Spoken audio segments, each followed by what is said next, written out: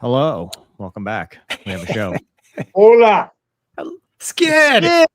¿Cómo está, muchachos? Warm. For a Spanish ¿Dónde speaking. Miguel? Forgot. Hello, hello.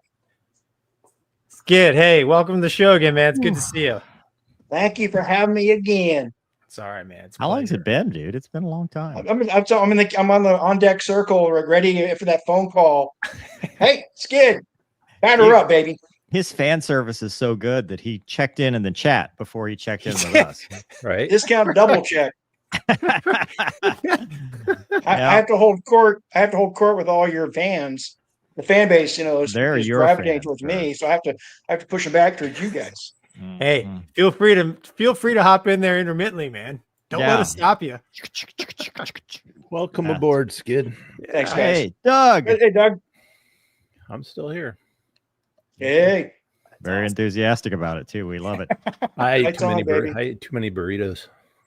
Oh, I had to go to sleep. That's a Gonky. good Yes, sir. You're here. I am here. What a day. Yes. Last week was painful. I was gone most of the week and drove through the night to get home. And yeah, I like my normal background, man. The hotel stuff. Hotel ops is hard. You know that, though. Yeah, I love the comments on our last video. Gonky, get better internet. It's like, dude, he's in a hotel room. We will have to forward your complaints to the Hilton. Yeah. This is not his day job. Yeah. I hate to tell you this, but I'd like to make it my day job, but this ain't the news or nothing. This ain't the yeah, exactly, dude. This ain't the news or nothing. Yeah, we're on a budget, right? Yeah. Do what we can. Yeah. Have you been, Mover? I like the looks good. I'm going to take my official photograph for the sheriff's office on Wednesday. Good. Just so, and then I'll have to shave it. Oh. Because I want to look like, because that's your things went poorly photo. So I want to at least look like menacing. Yeah. That's a good look. Beards make you menacing? You can't smile. No, you can't smile. Nope. Okay. Really? Yeah, because dude, think about it. When did they show that picture? Usually when something bad happened to you. Oh. So you don't want to be like, and then Mover was murdered, and it's me doing, you don't want that. You want me going, because I'm angry about being murdered when they pop my picture up on the news. It's like did you guys do this in the Air Force? Everybody goes out and sits in the cockpit and they take your picture, and then on the walls they put. Yeah, I guess you weren't supposed to smile on that one, but I think I cracked a grin. Oh, come on, man! You gotta jinx it, dude. That's awesome. You have to. Yeah. So what's been going on, dude? Anything exciting? How's the helicopter doing? I see it's got rotor. Is that rotor blade? Yeah. You want to see the feature film? Oh, yeah. We got airborne this time. Check this out, Skid. There's a feature film, Skid. You ready? Awesome. Here we go. This is the real season 4. This briefing is from file A56-7W. Classified top secret. Subject is Airwolf, a Mach 1 Plus attack helicopter with the most advanced weapons system in the air today. It has been hidden somewhere in the western United States by its test pilot, Stringfellow Hawk. Hawk has promised to return Airwolf only if we can find his brother Sinjin, an MIA in Vietnam. We suspect that Archangel, deputy director of the agency that built Airwolf, is secretly helping Hawk in return for Hawk's flying Airwolf on missions of national concern. Stringfellow Hawk is 34, a brilliant combat pilot and a recluse since his brother's disappearance. His only friend is Dominic Santini, whose air service is the cover for their government work. With Hawk and Santini flying as a team at speeds rivaling the fastest jets, backed by unmatched firepower, Airwolf is too dangerous to be left in unenlightened hands. Finding it is your first priority. Oh, yep. Dude. Excellent. That's awesome. You're hired. Took me longer to make that than it did to fly it. Dude, that's awesome, man. I love Archangel, dude. Luna. That's a keeper. Especially when it's like he has Stringfellow do missions and fly the helicopter, and she's in the helicopter. She can't fly. She needs me to fly for her. Yeah, she's got a role. Really cool. Well, I mean, she is the boss. And she's white. That's awesome, man. And she has one eye that's a different color than the other one. So that's cool. Kind of like an eye patch. I like how you just manipulate the helicopter footage. I mean, it's well done. It is well done. Very well done. Yeah. The actual video, I auto-rotated. Well, Skid, you saw it, right? I mean, last weekend, Mover showed the I saw the crash video. Mm-hmm. Yeah, definitely pilot error. Yeah, dude, I gotta tell you, the RC community is just as bad as the DCS community. They are mean and angry. Did you post that on like RC Helos? No, dude, I just posted on my normal channel, but they found it. And I got I've been doing RC. Are you certified with the American Heart Association or what? I was like, I just want to go fly Airwolf. People are like the best ones are like, you can go to Amazon and buy a $70 drone. I'm like, is it Airwolf? And they're like, no. Well, then I don't care. Yeah, but you need to get this $300 simulator. And I'm like, I don't want to because I don't care. I just want to fly Airwolf. That's it. That's the extent of my caring for this. I want to fly Airwolf in a field. Actually, I wanted to fly it in my backyard, but we found out that's a horrible decision. Too many power lines. Too many random poles. You can come fly in my backyard. I got Mover. Do you have your drone? Mover. Do you have your drone license? I do. Mm-hmm. Now here's a question for RC pilots out there: do they have to have a drone license to fly their RCs? There's there's some big RC. There's some big RCs out there. Have you seen these videos? There's a lot of regulation. F4s and. Do they need a license? There's a lot of regulation now that didn't used to be. I think technically you're supposed to join the AMA if you're going to fly over public land. But the American Academy of Model Aeronautics. Oh, so not the American Heart Association. No. Not the RC Nation or something. I fly over private land, so I don't care. Well, I mean, wow. Heck, this land is our land. This land is your land. You're a commercial helicopter pilot. That covers all of it. Yeah. It's like, what are you talking about? Look, Mark says, no. So I'm going to go with Mark just because that makes whatever I did legal. Than me. Okay. Mark would know. That's a good question, though, Skid, because some of these RC planes they have now are pretty serious. Dude, Tyler Perry's got a whole ass 777. Yeah, I mean, like real and a runway. Yeah, like yeah, pretty crazy. Mm-hmm. So yeah, I don't know, man. He also had a statue of the Wright brothers, and he should have a statue of Glenn Curtis.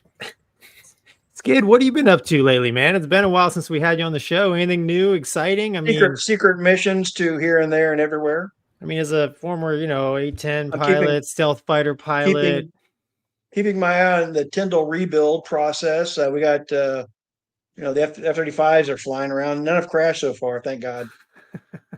Dude, I'm gonna ask. I walk outside with my steel helmet now, waiting for the F-35 to come spiraling down. Only got one engine, man. It's a problem. Hey, watch it, baby. Watch it.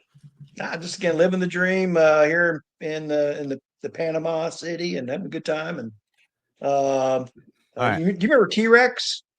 Remember T-Rex? T-Rex. Remember T-Rex? In our squadron, the little lieutenant with a T-Rex? No. That was before us. What? Yeah, man. So he was one of our lieutenants in the TUFIS. He went to the Raptor, and he just got done with his FAPE, or I'm sorry, not FAPE, but his ATC assignment. And he's like one of the first guys going back to the Raptor in Alaska. It's pretty cool. So we got to talk a little bit and heard about the program. He came down here to Tyndall for his sim checkout, and then going to Langley for his 2 sorties, and then going to Alaska for his checkout. That's awesome. Yeah. So he's one of our Beagle lieutenants has done very well. Nice, man. Very proud for him. I got an answer. Grok says the FAA considers RC helicopters as model aircraft. If the helicopter weighs less than 55 pounds, 25 kilograms, and is flown for hobby purposes, no license is required. You must follow rules like flying below 400 feet, staying away from airports, and not flying over people or restricted areas. If the RC helicopter weighs more than 250 grams, it needs to be registered with the FAA. Cool. 250 grams? Grams? I don't speak Spanish. So what does that mean? I don't know. Ask Grok. Grok will tell you. Yeah. Always check local regulations. Good point. That's a half a pound. Yeah, it's a 0.5. Yeah, that's not much. Half a pound, right? Yeah. Yeah, I don't have any airplanes that weigh less than that. Yeah. I mean, does that include the hand grenade that it can carry and drop on you? No, we don't talk about that. We don't talk about payload, man. Have you watched some of the Ukrainian drone video attacks? You get bored when I watch it. It's incredible what those guys, the Ukrainians, can do with their drones.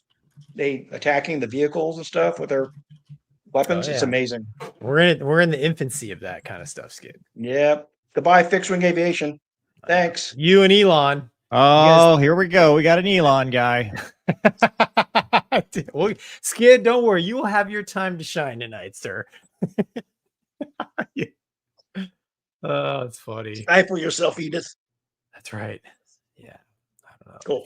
The future's happening. It's crazy. The future is now. Yeah. I don't know. Hey, check out this. Check this out, man. Got this cool shirt from Chris, right? Look at that.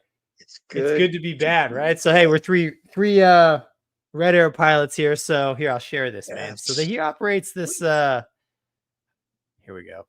Right here, man. Check this out. Go to oldrhinebeck.org, man. They have airplane rides, air shows, a museum. Wow. Yeah, man. It's all geared towards promoting aviation. It's pretty cool. Yeah, they're in Red Hook, New York, I think. So Eastern New York. Is that Eastern New York? I've probably been there 15 times. Wow. Have you been to this? Oh, dude, we used to go every year. They have a big RC show before they have their full-size show. Cool. Doug, you've been to that? So you've seen the air show and the... Yes, sir. Wow. Oh, that's They awesome. came to my hometown for 1976 for the 100th anniversary of the United States, and they flew World War I airplanes at our home airport because of Glenn Curtis. That's cool, wild, dude. Yeah. Well, like I said, Chris reached out to me and nice enough to send me a shirt and a couple little things for my kids, and yeah, I just thought I would. I mean, that's awesome. Yeah, I mean, like just you know, like Doug said, man, they promote aviation, and if I'm in that part of the woods, for sure I'm going every weekend, right? Yeah, they do sketch comedy with World War I airplanes. It's incredible. And you were a kid when you went? Yeah, from about 8 to about 15. Nice. Yeah, so they've been doing it for years, man. So yeah. Good. So which airfield, Gonky? Which airfield? Where's it at, dude? So the physical address is Red Hook, New York. I don't know what the name of the field is. That's LaGuardia. No, it's not LaGuardia. It's JFK. Let's see. Oh my God! I thought we were in LaGuardia. Let's see. I don't know. But here I will put.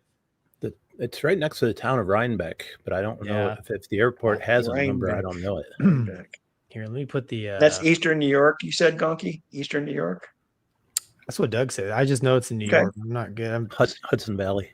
Public school education here, man. Somewhere in New York. Geography. Did you fail geography like I did? Yeah, like I said, dude. I'm like a freaking homing pigeon with GPS, but without it, I have no clue where I'm at. Where are you now, Gonky? Yes, when MapQuest came online, it's a game changer for me. MapQuest. He's not showing his age much. Yeah, I'm not lost yet. I'm not lost yet. MapQuest will tell me how to get there. Did you print them out? Did you print out the pages? Yeah, you had to. So, dude, I was coming back. This is 2007, 2006.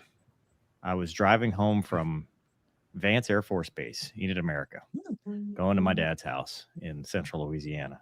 And I decided, I was going to do the thing where you take a nap and then leave at like midnight, to beat all the traffic and stuff. So I do. Smart.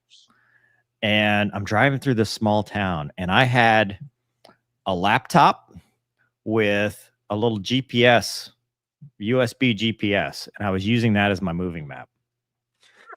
And I passed this cop, and he's like, he pulls me over. He's like, hey, I'm still in, like, dude, I left, like, I was still wearing my flight suit. And he's like,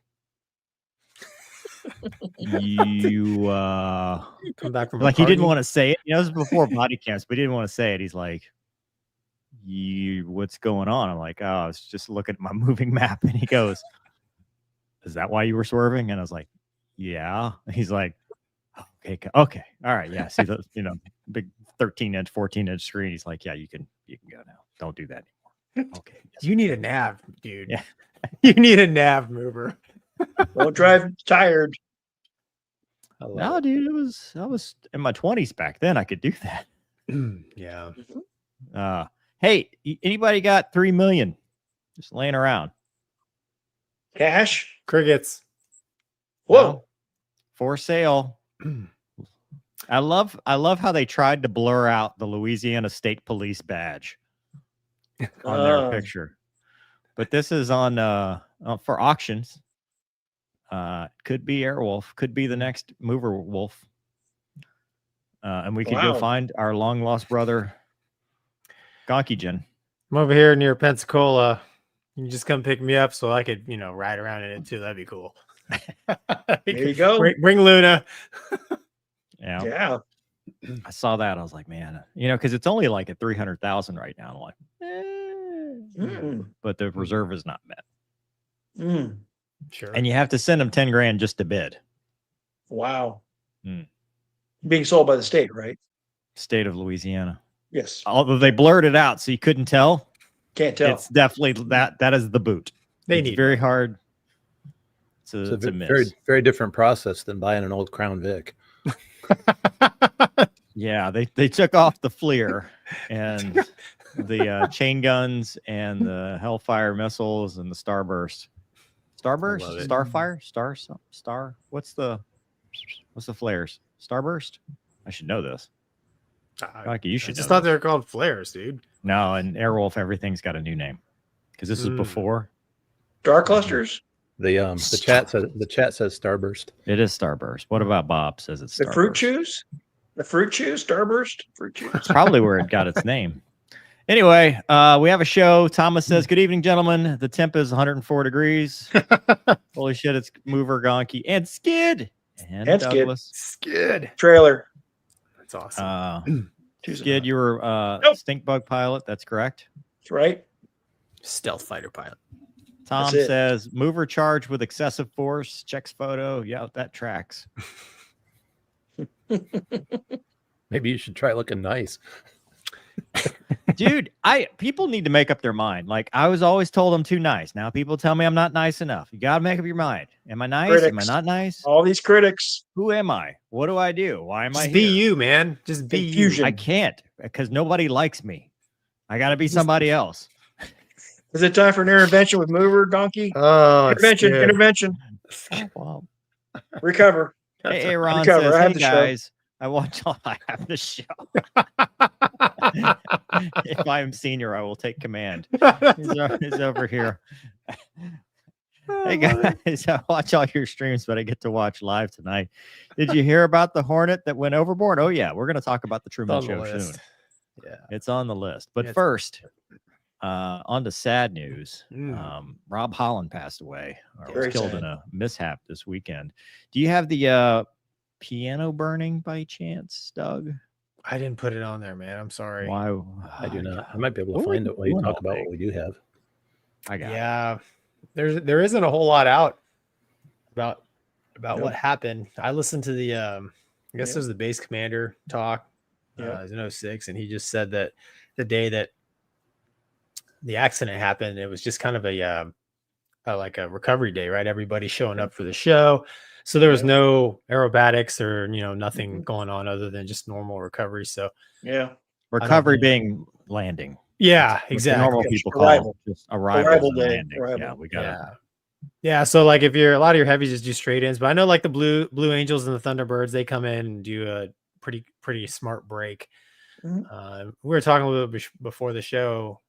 Maybe he came in for a break or something, but that airplane is rated for a lot of G, man, and he's 14 Gs. Yeah, 14. Man, and he's a super accomplished aerobatic pilot. So I don't see him like just ripping the wings off in the break. So, but it's very sad because I mean, gosh, he was basically a younger man in the prime prime of his life and an amazing pilot. So it's too bad. Oosh, man. Yeah. So here they actually did a piano burning for him, which is a skid. Do you know the history behind that? Not really. I mean, I know the Brits initiated from World War I believe. That's as far as I know. I think that's probably as good as we need to know. That's a pretty part of their solid explanation. But here it is. They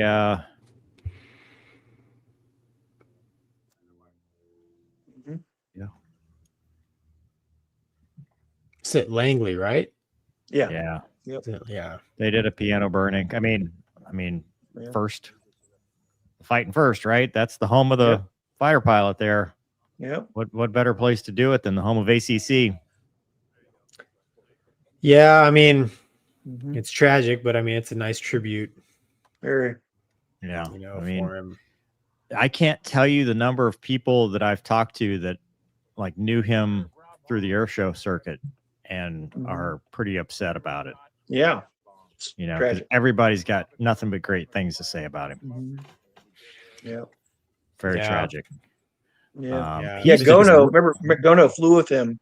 Yep. Gono. Gono was the air show POC at Tyndall. That's right. And he flew with him and just said, just lauded him. He was a great guy.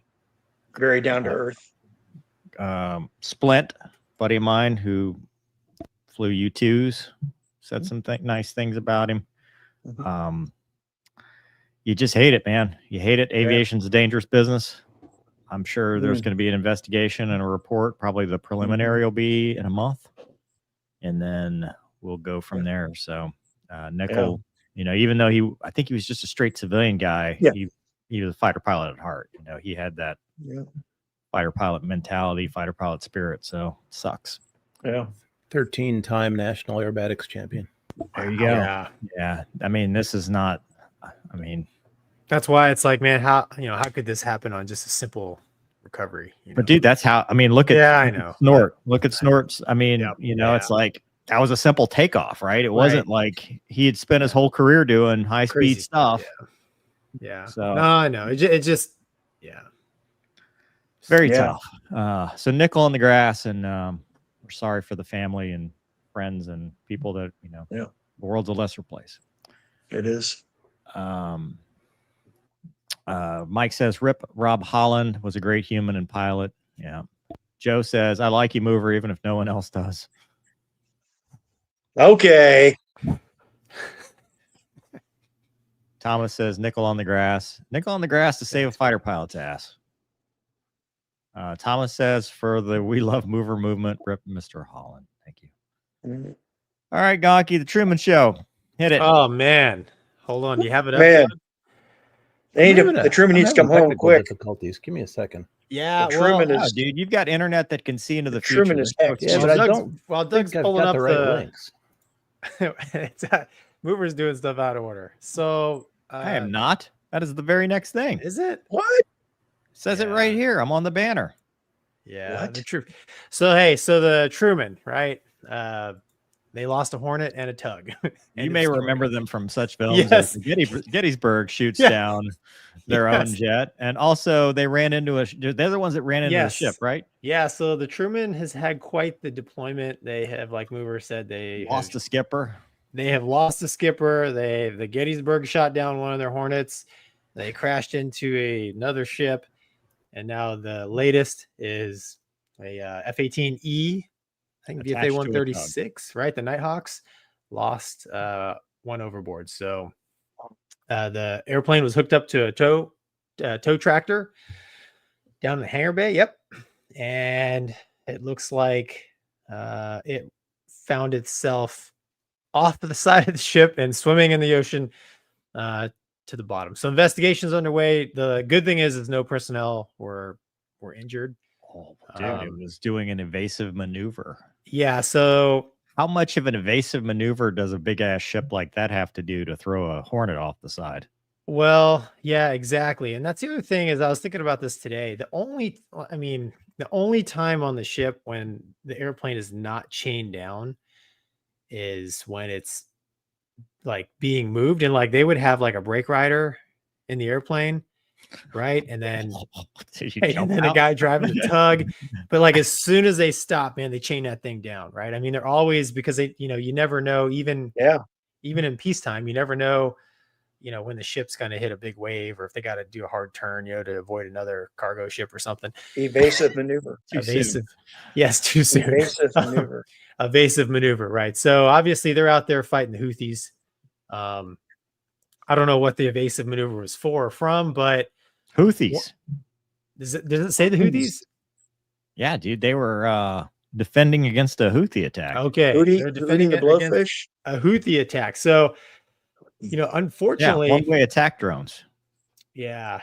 Well, unfortunately, the rare time the airplane is not powered up with brakes on or chained down. Right, the ship did a hard turn, and I just think about, like I said, the brake rider, who would be, one of the maintenance guys. I mean, that's a tall jump, dude, like from out of that thing. And I can't imagine not only him, but like, if you were even powered up on the deck and the ship did a super hard turn like that, like during, it would be, like you said, have one in there while they're hooking it up. Like, could they have been in the process of hooking everything up and then, or do they have to have one? So when is the brake rider required? When the airplane's moving, I think. Right. But is it from the moment that they're like, okay, let's go? Or is it prior to that? What I'm saying is, could they have been hooking the thing up, taking the chains off, and then it's like, okay, guy, go get in there. And then the thing goes off the side. I think prior to unchaining it, they got to have the guy in there. I think, but I was, I never got that call, but I've seen it done many times. I'm just going off of memory, and maybe somebody in the chat, man, was a mech. What if the captain lost his hat and that's what they were just going back to get? What if the captain's like, "There's a cargo ship. I'm not losing my job." No, he's like, we'll put a guy in the dinghy back there. That's right. Put some food in it. Yeah. I can't be the captain without my hat. Because he's a new captain too, because the other guy got fired. That's right.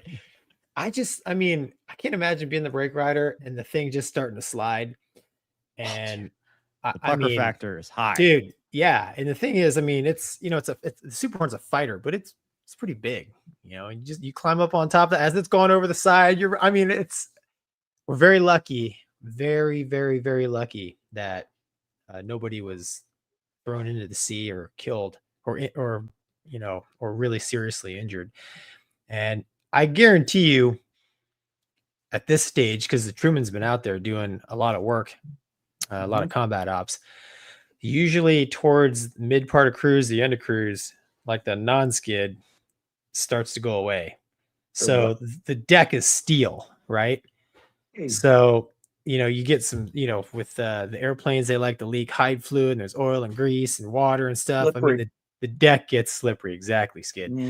So not as much down in the hangar bay, definitely up on the roof for sure. I've been up there where, you know, you do high gain on the nose wheel steering and it pushes it because it doesn't bite anymore. But it wouldn't surprise me. I mean, I don't know. Like you said, Mover, it'd have to be a heck of a hard turn. And the other crazy thing is there's, you know, the elevators, right? So that's the only way the thing could fall out, right? If it's in the hangar bay, is if the elevator is down, right? So I mean, there's only certain holes.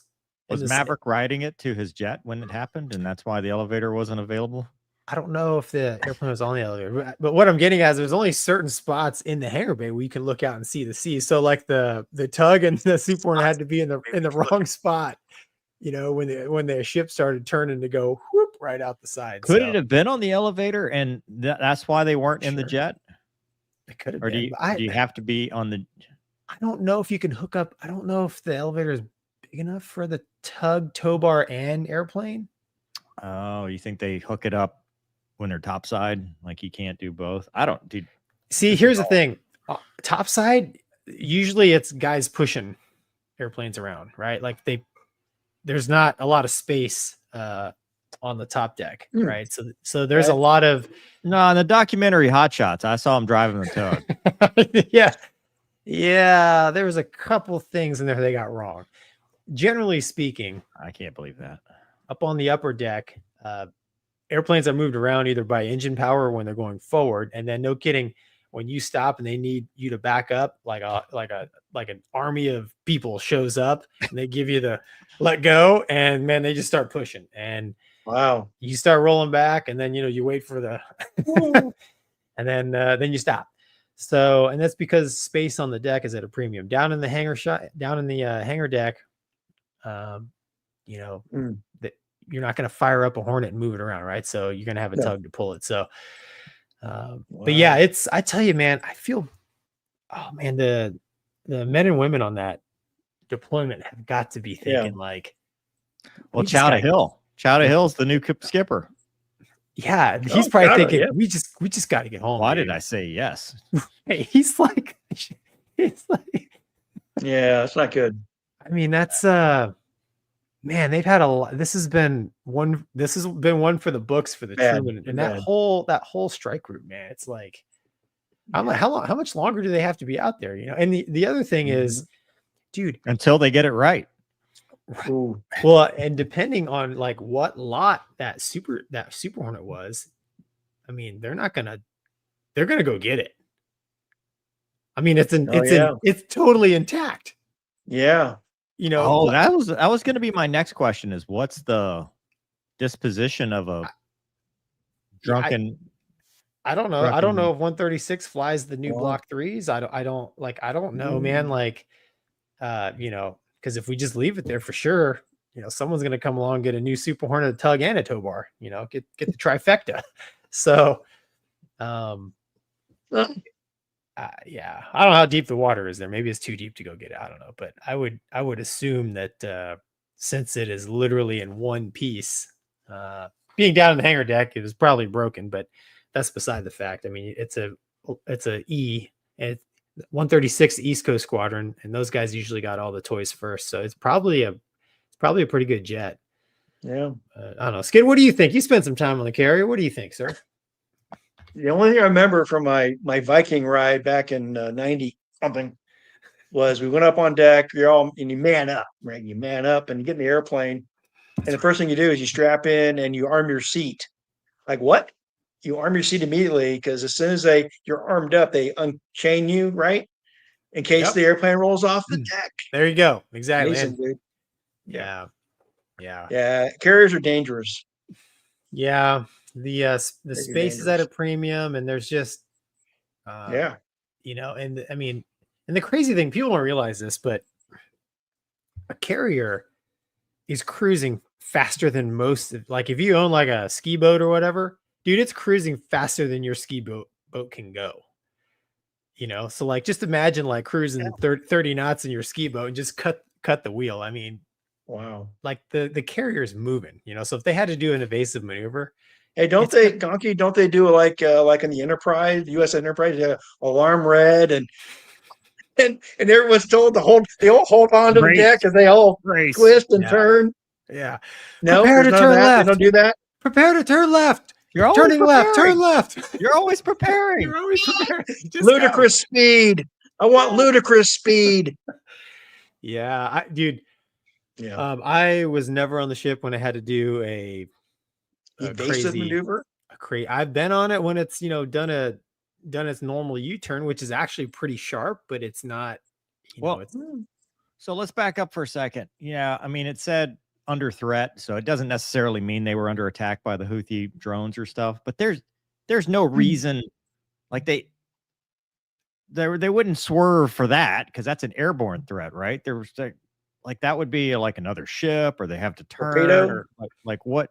Like a torpedo attack or something? No, like a UAV. Like, you know, they shoot those down, right? There's nothing unless they're just trying to get out of the engagement zone. They're like, oh, you know, pull a UE. Yeah, I don't know, dude. That's the thing that we're probably not going to know for a long time. You know, what was the thing that caused them to, you know, pull a 180 or whatever, 90, whatever the hard turn they did. I don't know. Yeah. I mean, you know, it's 100,000 ton nuclear powered ship with lots of weapons. So, I mean, whatever it was, it had to be kind of scary. So, wow. Yeah.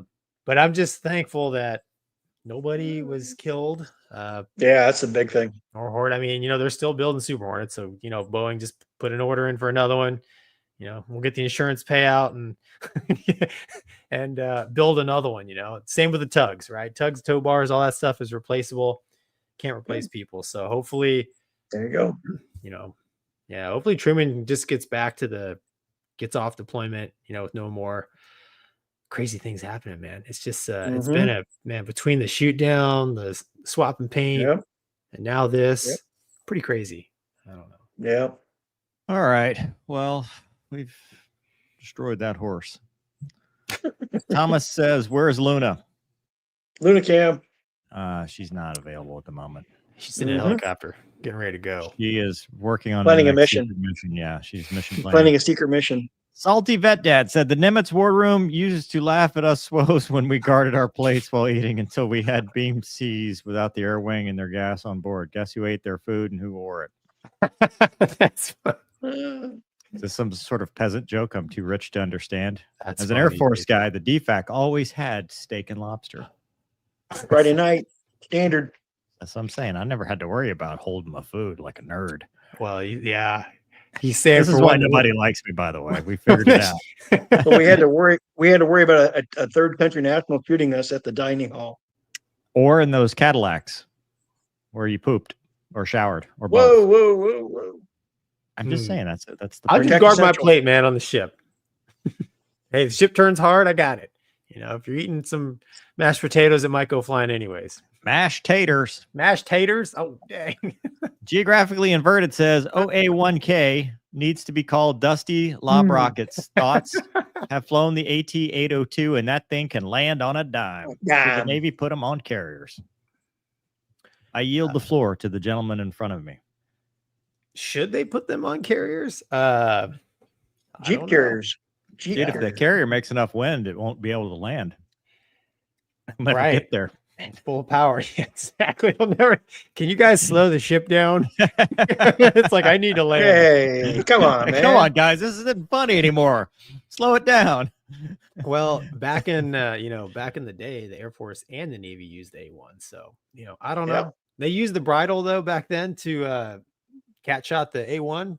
So I don't know. Maybe the new one has enough horse. You're saying there's some A1 pilots with some catch-up brain? It was the soft shot, dude, because they only had to go from like 0 to like 85 40 knots. Yeah, 40. You're right, because the ship's making wind. Yeah, so relative speed. No faster than a man can trot. Right. Do the Gonky? Do the Marines have the little ramp like the British Navy does? No, sir. They Ramp? just operate either the Harrier or the vertical takeoff version of Fat Amy off the small ships, and then they use the catapult on the big ships. It's a flat deck, right? Flat top, yes. On the small, even the small ones, yeah. Marine carrier. Okay. Yep. No ramps. No ramps for us. No ramp for you. Okay. Well, thank you for your expert analysis. Expert. Heat Seeker says Red Sea and Gulf of Aden depths average around 1,600 to 1,800 feet. At least the Hornet has the tug to keep it going. Dude. Hey, Tug, what you doing, man? Look, let's just be thankful that there was no one attached to those things. Well, I wonder, in World War II, I mean, obviously they probably did some pretty severe maneuvering. Did airplanes go flying off the deck? Oh, yeah. Probably all the time. It was a different time back then. Oh, yeah. Yeah, but I mean, back then it's like, this one needs tires. Just push it off the side, right? But like, like let's say an airplane they didn't want to go over the side. I wonder. Yeah, they did. There was even a case. There was a case, again, history lesson. In World War II, there was a hell diver or the TBM Avenger that came back, and the backseater had been mortally wounded, and they could not extricate him from the airplane. And so what they did was they dignified, they did a service, and then they pushed the airplane over the side with him in the back. Wow. Yeah. They could not extricate him. He was, he had direct hit from some weapon, Japanese weapon, and they had a service for him. They sent the whole airplane off the side. It was very moving. Wow. Yeah. Wow. So, jeez. Hey, did you see that video on National Geographic the other day? They found the Yorktown. Remember the USS Yorktown from World War II? Yeah. And they found a car. Yeah, I saw that. Car is in the bay. There's one car. A vehicle. Yeah, it's like I saw that. They're like, how did this get here?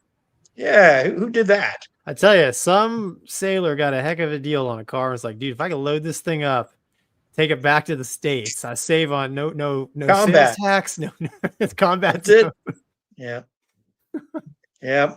It's almost like putting a motorcycle on a C-130 and flying it back. Anyways, yeah, go pull it out of the ocean. Erkman says, "Here's $5 to the Mover and Gonky deep sea recovery mission." I like it. I love it. Titanic Part 2. Hawkeye says, "Hey, Mover, just finished the book today. Outstanding. Semi patiently waiting for the next one." All right. See there, dude. Those are nice words for you, Mover. Good job. Publish or perish. Publish or perish. Good job, dude. When's your book coming out, Skid? When you get your PhD. Yeah, I got a tome that's coming out in about 10 years. Perfect. Plenty of time. Yes. All right. On to serious things yet again. So, breaking news, because it's not breaking news, and this has been dumb. If you follow me on the Twitter, I'm pretty vocal about this because people are idiots. And so the New York Times, we will show, if it'll let me, 4% removed other media streams from the stage. Doug, what are you doing? How about that? Got it. The New York Times investigated the collision that occurred on January 29th at DCA. Kate Kelly and Mark Walker, right here, did an in-depth investigation. And this is the summary of the article. The other one's behind a paywall, and it's about 10,000 words.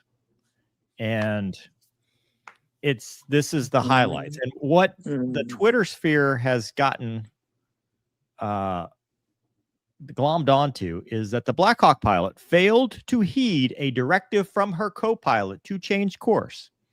The Army's crew mission was to conduct an annual evaluation of Captain Lobach to ensure that her helicopter piloting skills were up to par. That night, her assignment was to navigate the conditions of a scenario in which members of Congress or other senior government officials might need to be carried out of the nation's capital.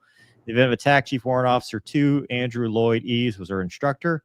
In the final seconds before impact, Warrant Officer Eves told Lobach that the aircraft controller wanted her to turn left.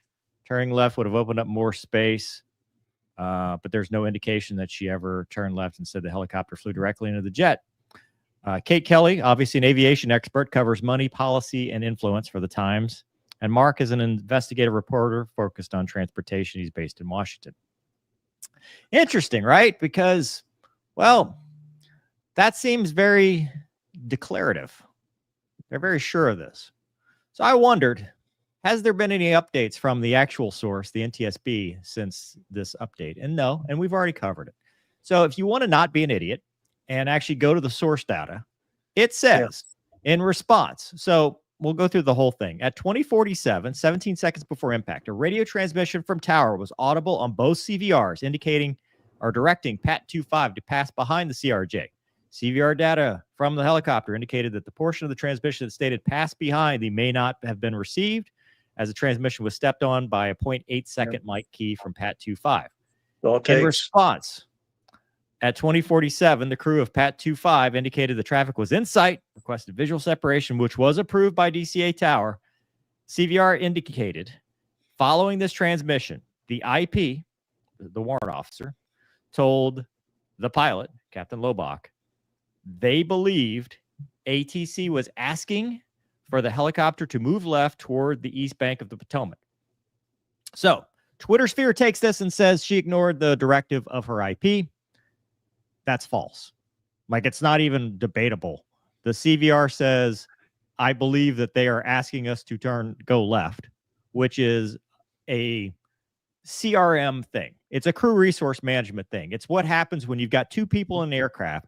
He thinks he sees something out in the distance. He's got visual separation, and they keep telling him stuff. So he's like, hey, I think they're asking us to go left. That's not that's not a directive. That's a question more than anything, because at this point, the two start talking, or that's the expectation, is they talk and figure it out. It happens every time. I mean, Gonky and I, you and I have flown together. You know, hey, what'd they say? What did that mean? What are they talking about? I think they want us to do this. So, number one, false. They did not say to, you know, he did not tell her to do that, and she ignored it because of DEI, because that's what Twitter has picked up on now, is it's DEI. They want to blame this poor captain just because it's the political hot button issue right now. The second piece is they talk about the altitude that he told her to descend several times. That's also false, because it says right above that neither pilot made a comment about the altitude thing. He told her that, hey, I'm showing 400. She says I'm showing 300, but nobody actually said that it meant anything. Nobody said, okay, well, hey, we probably have a discrepancy, because you can be off. Both altimeters can be off. That is an acceptable error. And nobody seemed to have an issue with it. But I saw one article, I think it might have been the one I sent you, Gonky, that they said she only had 45 hours in the aircraft because they dropped off to zero. They're like, oh, she only had 45 hours. And this is what happens, dude. The media is like, and if it's stuff with aviation, you know it's with everything else too. But this is stuff that, like, it picks me up, right? Because I see it, I recognize it, I understand it. They're talking about ADSB being a problem. ADSB had nothing to do with it. They were squawking Mode Charlie. Mode 3 Charlie, in a radar environment, the update rate is plenty fast. And they still got TCAS warnings from the RJ. The problem here is that they never should have been in this piece of sky together. That's it. They should have either been held at Haynes Point or not had the RJ circle. But the fact that this was designed with 100-foot at best separation, 75, right? Yeah, I mean, 300 feet to 200 feet if they were right on altitude, but then altimeters can be 75 feet off. Two altimeters can be 150 feet off, between the two of them. You could have that distance, and the radar altimeter had them at 278 feet, which is, I mean, that's off the water. That's off the tidal basin. So they could have been lower and indicated 150 feet. Like, we don't know, and to expect a margin of error that tight is unacceptable. They should never have been in that same piece of sky. Skid, you know, when we flew T-38s, geographical altitude separation. You got to have, you got to have both of those, or one or the other, and you got to be damn sure. Deconfliction is very important. And so, to blame this poor woman who's on a check ride, not because she's a student, but because it's her annual evaluation to the level at which she was qualified, which meant aircraft commander. It's just like you're just dragging this poor person through the mud. Now, I'm not saying they didn't make mistakes. They could have. I mean, absolutely. A pilot error is always a factor, but aviation safety is nuanced. Aviation safety has Swiss cheese. It has holes that align. It has multiple layers of mistakes that end up becoming a catastrophe. It is not one person. Right. And this is not breaking news. It's all stuff that's been available for 6 weeks, being fed to you by somebody who's never sat in a cockpit. Anyway, soapbox off. Gonky, what you got? Yeah, dude. I mean, I've said all along, if we're gonna play the blame game as it is the helicopter's fault, the guy in command was the instructor, right? So if you're gonna point fingers at anybody, I mean, dude, he flew right visual. He said, "I have." That's what I'm saying. He's the one that said it. That's what I'm saying, dude. Like, okay, you've got Captain Lowalk, she might have been the world's worst pilot. Irrelevant, dude. You are the IP and you're the evaluator. You don't fly it into the side of a freaking airliner to prove a point. You know what I'm saying? So if you're going to point fingers at, subpar performance with helicopter pilots and piloting and whatnot, I don't see why they keep. I do see why they keep. You going. do. You know exactly why. It's right, but I guess I misspoke. I don't understand why people can't see that. You know what I'm saying? Rage bait, dude. Look. So it's funny. Mean, sorry, Gonky, I had a great opportunity today to a friend of yours was doing a dissertation for his PhD, way smarter than all of us. Oh yeah. And what the topic was public perception of stuff. And one of the things he talked about was other people he had talked to, they would like in not a public setting, like we are public figures here, but like in a more social setting, people would ask, "Hey, what's the military think of this?" And when they didn't get the response that validated their worldview, they would get mad because they don't want to hear your opinion. And that's what they talked about. They don't want to hear what you have to say about this. They want to validate their opinion through your mouth. They want to hear that their worldview is validated by their military and the person talking to. Same thing with this show, right? If I don't say the thing that they expect me to say because that's what they believe, they get mad. So all this is they see that's a girl. I'm in the He-Man Woman Haters Club. Guess what? I'm mad because it's a girl. I mean, I mentioned in the previous show. I mean, there definitely there's definitely been double standards. Like I said, 100%. You're not gonna tell. We've all seen it. I've been in like there's women flying airplanes in the military that should not be flying airplanes. 100%. I can say that about men too, for various reasons. But if you're going to be a professional and you're truly concerned about never allowing 67 people to die for no reason, dude, you better strip away your biases. You better look at the facts, right? And the facts are pretty apparent to me that both pilots in the helicopter didn't see until the last second until impact. You know what I'm saying? Like their essay or never. I mean, it's very possible they never saw him. Exactly. Yeah. That's what I'm saying. So their perception of reality wasn't reality. And that's just, that's what happens in aviation sometimes. That's, that's how you can, and that's going back to that point.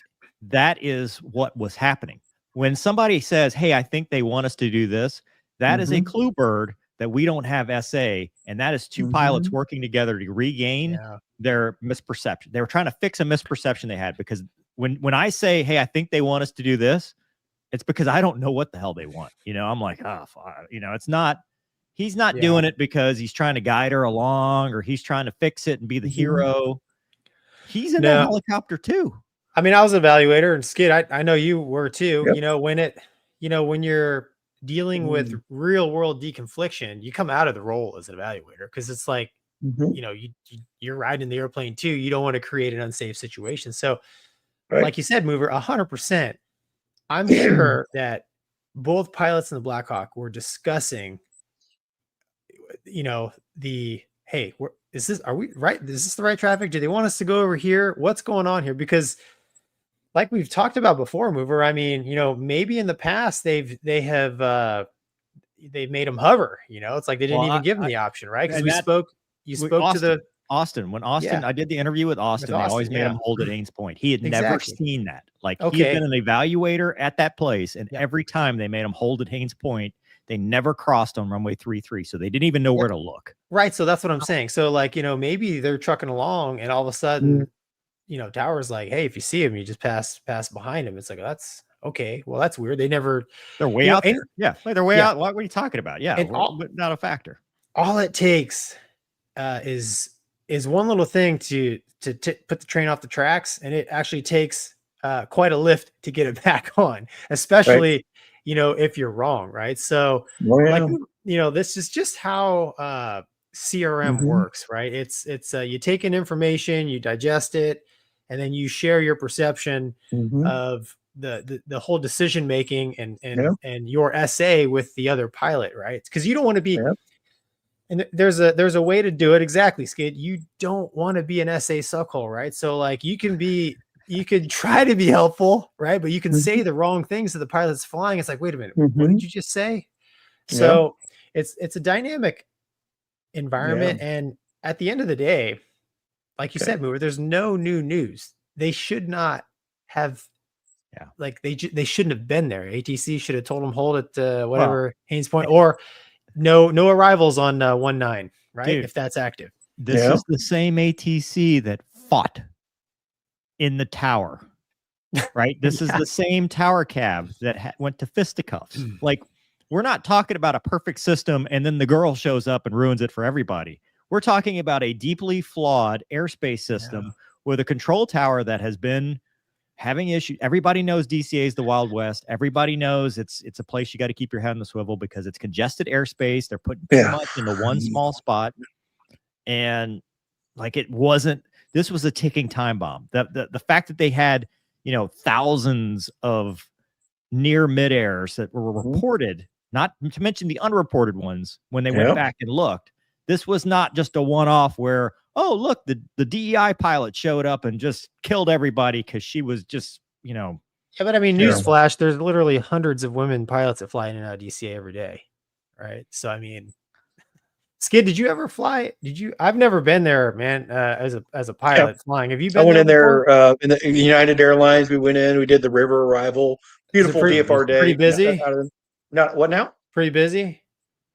Oh yeah, I was flight engineer. I had to do all the dials in the back of the airplane. It was really busy. He was sitting like this. He was sitting sideways. Hey, I faced forward for landing, man. But no. What do you think about all this, Skid? What's your? Okay, let's you know, obviously where these reporters got their story from without NTSB final. Was that them just making extrapolation, or did they get a hold of the voice cockpit recorder? Did they get some extra data that they had been close hold before? Move, you know? They badgered the controller. They found the controller's name and they badgered the controller who were declined to comment. That's about as in depth beyond what that report says as they got. The rest is is just a liberal arts major trying to explain to you what they don't understand in the first place. Yeah, I think they're way over their ski tips. You know, I'm a trained FSO. I was a chief of flight safety at Osan. I was chief of flight safety at Holland Air Force Base. I went through the whole course at Kirtland about, you know, the modeling and the what causes and the myth and the machine and the man and the mishap that night. Okay, night check ride. Who knows about currencies or whatever? Who knows how much he had flown? The check pilot, was he really being a check pilot or just sitting along for the ride? Was he actively engaged in the sortie? Do you know, Mover? Was she in the right seat or left seat? Left seat. Do we know? That from what the report says, she was in the left seat. Isn't the aircraft? I thought in the Army, you're in the right seat to command the airplane, right? Well, to be the pilot command? No, because they can fly it from either side. In a normal helicopter, a single pilot, yes, it's in the right seat. From what I understand, they could do because it's just the code. It's the aircraft commander code. Okay. So I think from what they said, but they did say there was a change of aircraft control earlier on. Okay. So she went from pilot monitoring to pilot flying at this point. Wow. And then were they got both goggles, not goggled? What? Goggles. Everybody was goggled.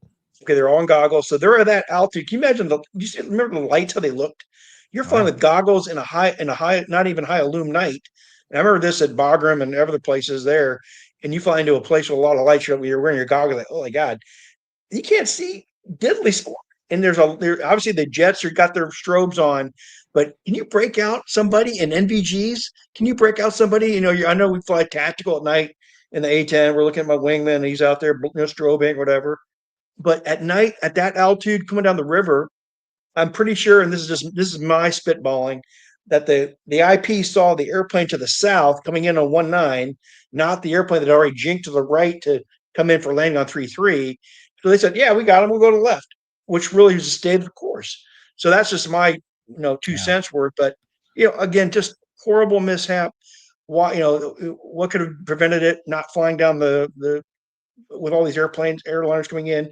It's that, why do we have to do this? What was the reason? Okay, I understand congressmen have to be flown out in emergencies. Okay, how about we do this in the daytime? Do we have to do this at night? Classified, whatever stuff. I don't know. So the reason for the night was, it's the standard thing: do more with less, right?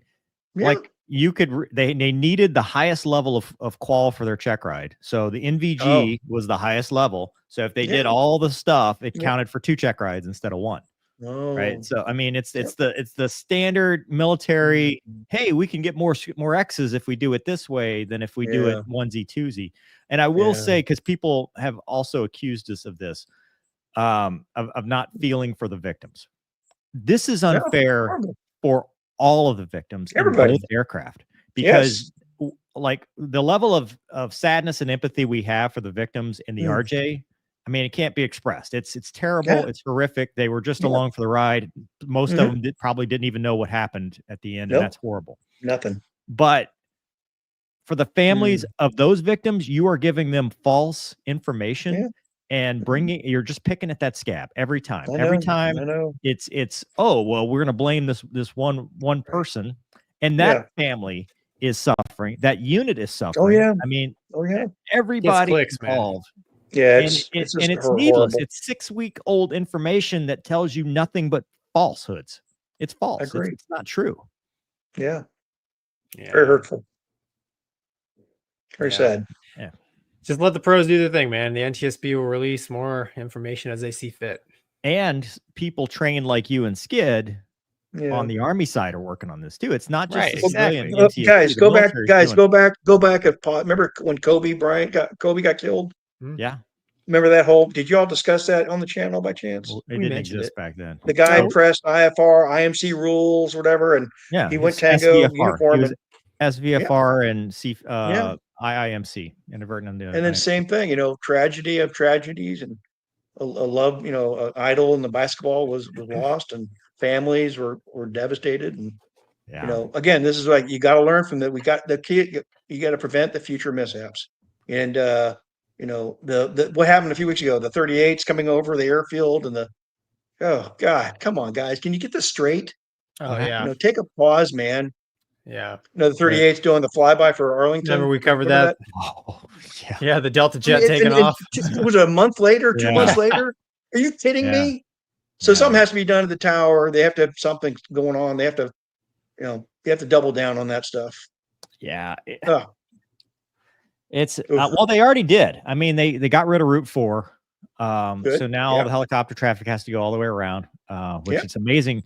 Like when this all first came out, and they're like, yeah, it's common practice to fly right across final. I'm like, okay, but they never use that runway, right? And then the idea that this was okay, right? Yeah, at night we never accept 100-foot separation. I don't know of a single scenario other than formation where I've briefed it with the person, or I'm doing like a battle damage check where I'd be like, that's okay. Yeah, no way, dude, no way. Yeah, I got a ride. I got years ago when I was in the Presidential Advanced Agent Program. We went to DC for our annual conference, and they took care of it. We got to do the White House, do all these really cool things. But the highlight was we got to ride in the VC-1 helicopters, not VMX. and they're the white and blue Hueys. Mm-hmm. I don't know if they still have or not.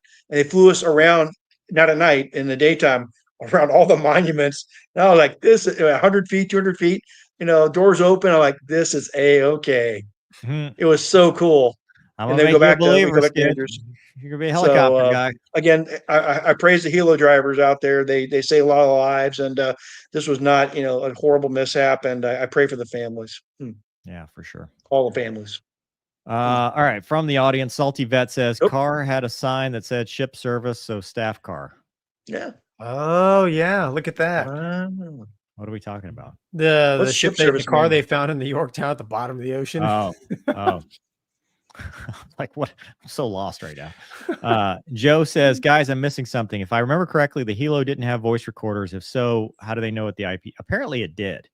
What? Apparently CBR? It did have that. I mean, from what I've seen is it does. I mean, that's how they knew. Because that's how they knew what was heard from that side, right? They're like, it was clipped. Yeah. So yeah, I think typical Blackhawks don't, but this one for some, I don't. Zippers Forever says, again, having flown that route hundreds of times in a 60, the blame starts and stops with the airspace design and normalization of deviance. Yeah, there you go. Thank you. And the puppy's always cute. Yeah. Manjot Singe says, people don't understand how big of a role process design plays in daily operations of any industry, let alone aviation. There's just too many variables. Yeah. It's amazing it worked as long as it did. I mean, that's Corey says, saw the Blackhawk fly over at the NFL draft. Does the slower speed make it easier or harder to time it? I'd say harder because you can't make it up. Right? If I'm late in a 38, so basically you're saying push early so you can throttle back. You can slow down. Yeah. Easier to lose time than to gain time. Yeah.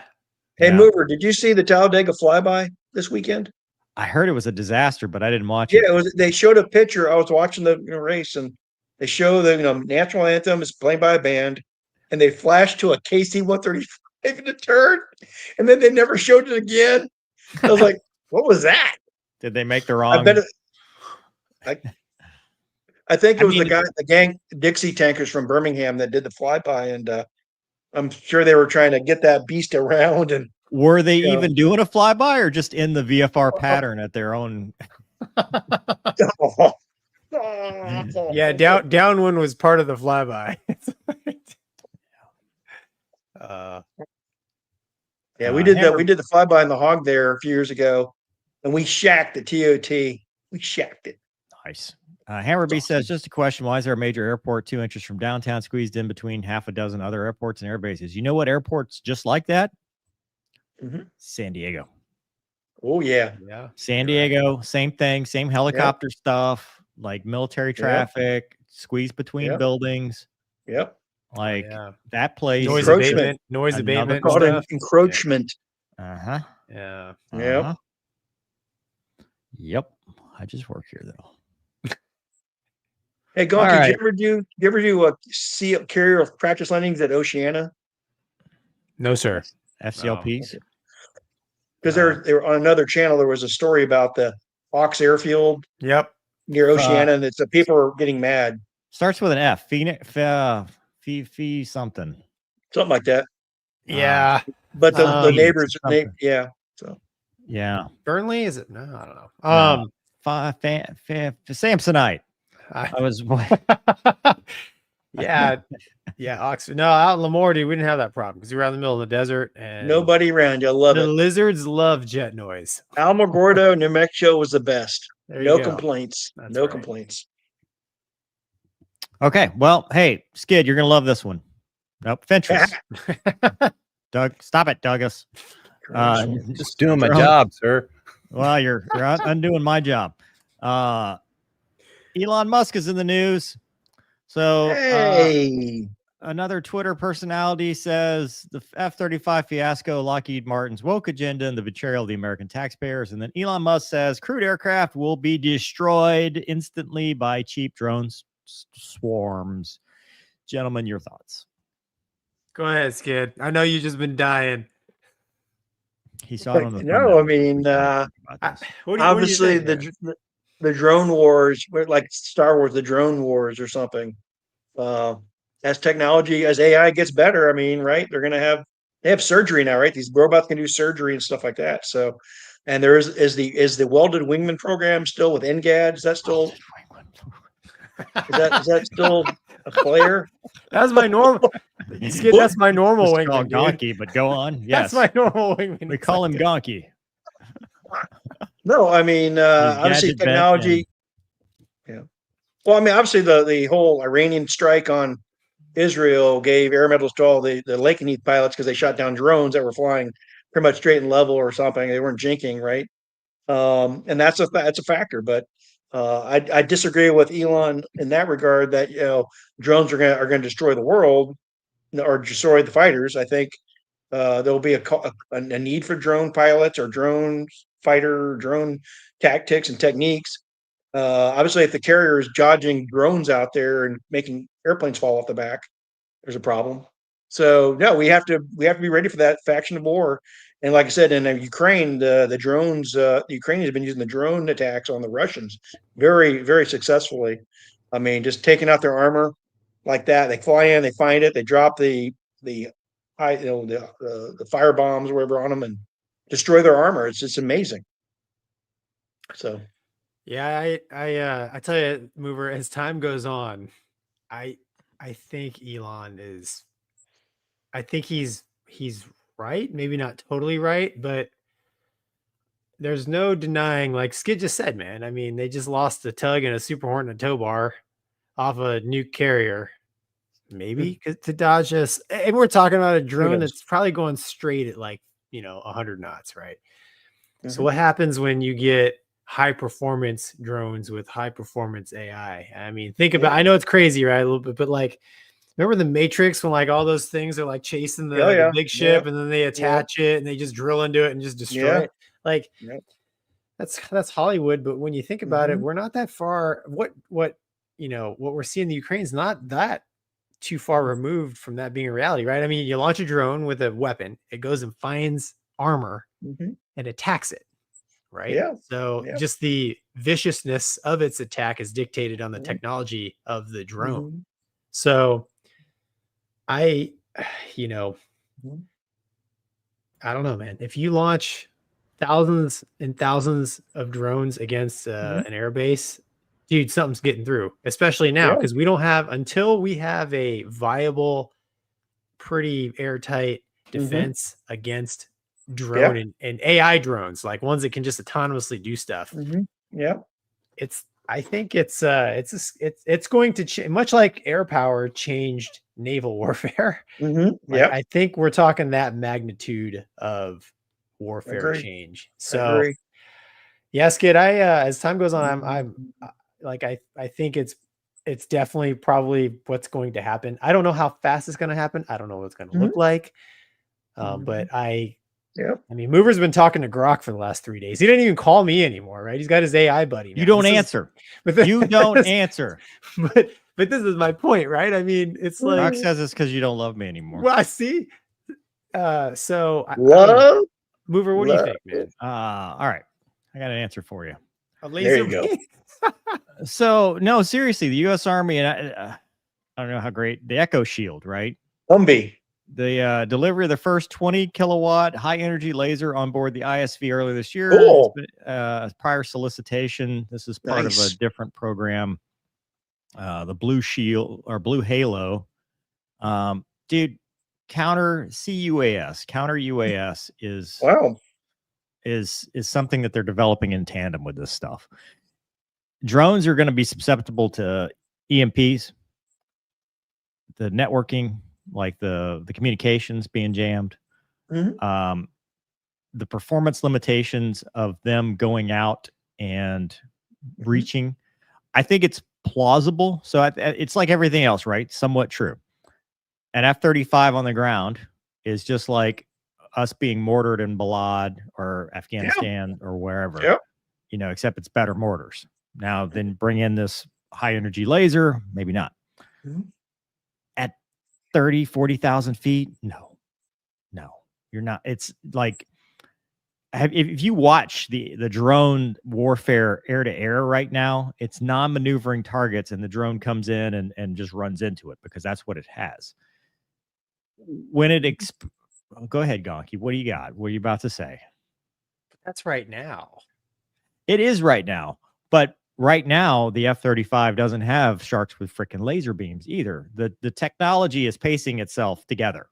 It's not one without the other, and hitting another aircraft with your drone is a lot different than a missile, right? Because at that point, it is just a missile. So you're basically saying you're going to launch something with enough kinetic energy to go and take out at range an F-35. Now, is that the same thing? Is the drone saturation going to overwhelm it? Well, I mean, okay, you could do that with missiles too. You know, the whole spam ram concept. We're just going to, you know, be a strike eagle with 12 AMRAAMs. You still have to find fixed target. You have to do all the basic rules of warfare always will apply. You're going to have to find the target. You're going to have to launch something at it and destroy it before it goes out and sees you. That F-35 is going to see every single drone, every single one of them. There's not a single drone that its radar is not going to go see it. There it is. There it is. There it is. Now, is it going to keep pressing? I mean, take this mentality and apply it to the missile tech that we have now. It's the same thing. You're not going to get close enough to do this unless you're launching missiles that are then, you know, swarming smaller drones. But dude, think of how big and complicated. And then how are they going to build enough before they run out? The drone swarms that we have of today are the little cheap Chinese drones that they can build 2,000 of them. When you start talking aircraft killing size drones, they're a lot bigger. But it's funny though that Gonky of all people is on the tech train on this one. It's not that I'm on the tech Is that train, because dude. it's just sky magic to you, or is it because like no, man? I mean, I don't know. I guess I can just see it. I mean, like you said, I use AI, right? And I'm like, I'm not saying AI is not smart, dude. I'm not saying AI is not smart. I'm just saying it's in its infancy right now. You're right. How about this? Think about this, guys. I wouldn't look at it as using drones like, oh, Elon's thinking of a drone acting like an AIM-7 or an AMRAAM or advanced air-to-air missile. But imagine it's an aerial landmine in the sky, and you've got a high-value target you want to protect. You put a bajillion of these things out there, maybe to deflect weapons that are coming in. But it's like an aerial landmine that can go off and maybe either detonate the weapon inbound. Now, if you've got a hypersonic missile, it's amazing the technology, like what Russia's putting forth with their hypersonic missile. How are you going to defend against that? So I think Elon is wrong that a fighter will be overcome by drones. I think there's going to be need for manned aviation throughout our future. And we'll need drones as well and drone operators to do the drone mission. So I agree with, Skid, you talked about it earlier with the welded / loyal wingman concept. Yeah. With the loyal wingman, you're going to see a force multiplier. Yes. But those are large scale drones. Correct. Drone swarms in the sense today, like even what you're talking about, you do the math, right? You're talking to create a wall that is impenetrable. You're talking 40,000 feet up, 40 miles wide. Depends. You're never going to build enough the bottom over top or whatever. Yeah. But you're going to put up a net, if you will. But yeah, that's not practical by any means. However, the whole, we used to talk about this with some of these countries that would put up like MiG-15s, MiG-17s. It wasn't that they were a threat themselves. It was that they would saturate and soak up all your missiles. Numbers versus technology. Nothing. Right. You had nothing to do that. But the idea that a drone swarm is just going to go take out an F-35, unless it's on the ground, I don't think so. And one other point of order, we've called it fat aiming. That does not mean we think it's a piece of crap. The F-35 is a highly capable platform. Yes. It may not be the best BFM machine in the world, but it is very good at what it does, which is the actual mission of suppression of enemy air defense, interdiction, penetrating counter air. strike aircraft, that's all the stuff that it does. BFM is a bowling sport. Nobody cares who wins or loses because it's just for funsies. But for the stuff that matters, it's a really good airplane. Yep. I just think that the capabilities of that technology, like, it's the tip of the iceberg, man. I just see that. Yeah, I mean, there's all kinds of there's something to be said about an autonomous weapon that can be basically on post 24/7. Yep. Like ready to go. And when you don't have to, I mean, the limitation in any fighter is me. I hate to say it, right? So, you know, any fighter plane, it's turning performance, right? They got to put an OBOG system in it, right? Hey, you need an ejection seat, all this extra crap just because I'm in it. You can build a killing machine, an airborne killing machine, so much better if you take the human being out of it, because you can dedicate that weight, that space towards things that will make it even more lethal. And that's like, I'm a total rock, right? Thick skull, but even I can see the potential. Now, I hope I'm totally, and I hope Elon and I are totally wrong on this, because I don't want to see a Terminator type scenario. Right? I don't want to see that, but that's what I'm leaning towards nowadays, based on what I see. The big limitation right now is range, speed, and loiter time. Drones. We'll figure that out. Drones are really, it's really hard to build a fast drone that'll stay fast for more than just a few minutes. It has having literally tried to do so. In order for it to do this, it has to be fully autonomous. Like, it can have no signals that can be jammed. It can have no, and it won't, dude. No connection whatsoever to the mothership. It can't be susceptible to EMP. It has to be completely shielded. Because any EMP or shielded stuff. Well, yeah, I mean, that does exist, but not in systems that require a two-way data link for their function. Like, you can't shield a drone that's not autonomous yet. But then again, like I'm saying, as the high energy weapons, high energy lasers come on board, that's going to take a lot of this out, because you're dealing with a power source that's the aircraft. You're not dealing with a limited number of AMRAAMs, and all you have to do is kill part of it. You have to kill the sensor. That's it. You know, its ability to see. So I think as the drone tech, the anti-drone tech is going to keep on par. Hope so. But I think his blanket statement is incorrect and shows a lack of knowledge of the F-35. And that's the bottom line with this. Like, the whole premise that it was based off of about the F-35, granted, it's had its contracting issues, but it is still a very capable platform. 5th gen. It's 5th gen. As long as there's no GPS jamming, as the documentary Top Gun Maverick showed us. Hey, can it still go near the lightning storm within 25 miles still? They named it the Lightning for total irony. Yes. No, isn't it the Panther? Don't they call it the Panther or something? 60% of the time, it works every time. Skid, I think originally it was going to be called the Panther, and then then they were like, she's a little thick. All right, size to be a Panther. Back to the people at the home, not their home. It's their home. So, Wicked Spider Black says, repost. Great Monday. Wicked Black Spider and guest repost. Doug, repost. Thank you. And guest. CP inflation. Tried to close it after 9/11. You read these. You got it. Tried to close it after 9/11. Congress did not like it. Driving to Dulles. They don't like it. Oh, they tried to. What they try to close? DCA. Reagan. Yeah. Really? Yeah. It's just too close to Capitol. They love that. They love the quick out and gone to their home. I didn't realize that actually there was an effort to close it. Oh yeah. There was an initial. Yeah. But Dulles is just too far to go. Those congressmen. They could have used the helicopters then. I was going to say, don't they all have helicopters? Can't do that. Is that fraud, waste, and abuse? Yeah, big time. Yeah. AMT says go for soft target, people. And like drones have a critical use. but I don't think it's in the air-to-air yet. No, I think we're in the what you see attack in mode. Ukraine. Yeah.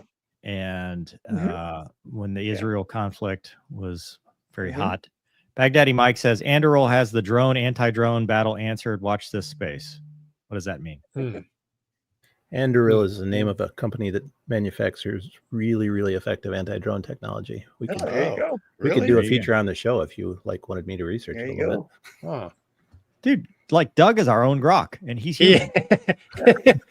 maybe That's Doug that is kind of Grok. Question Grok would ask. Like, would you like me to look that up? And I would say, yes, please, because I don't want it to use my skin as a hat when it takes over. I want it to be nice to me. The guy that invented the Oculus is behind it. Oh, wow. See? Davey says, hey guys, I start primary formation flying this week. Can you tell us about your experiences when you first started flying formation? Wiggle your fingers, wiggle your toes, dude. Wiggle your fingers and don't stare at one thing. Relax. Yeah, keep it loose.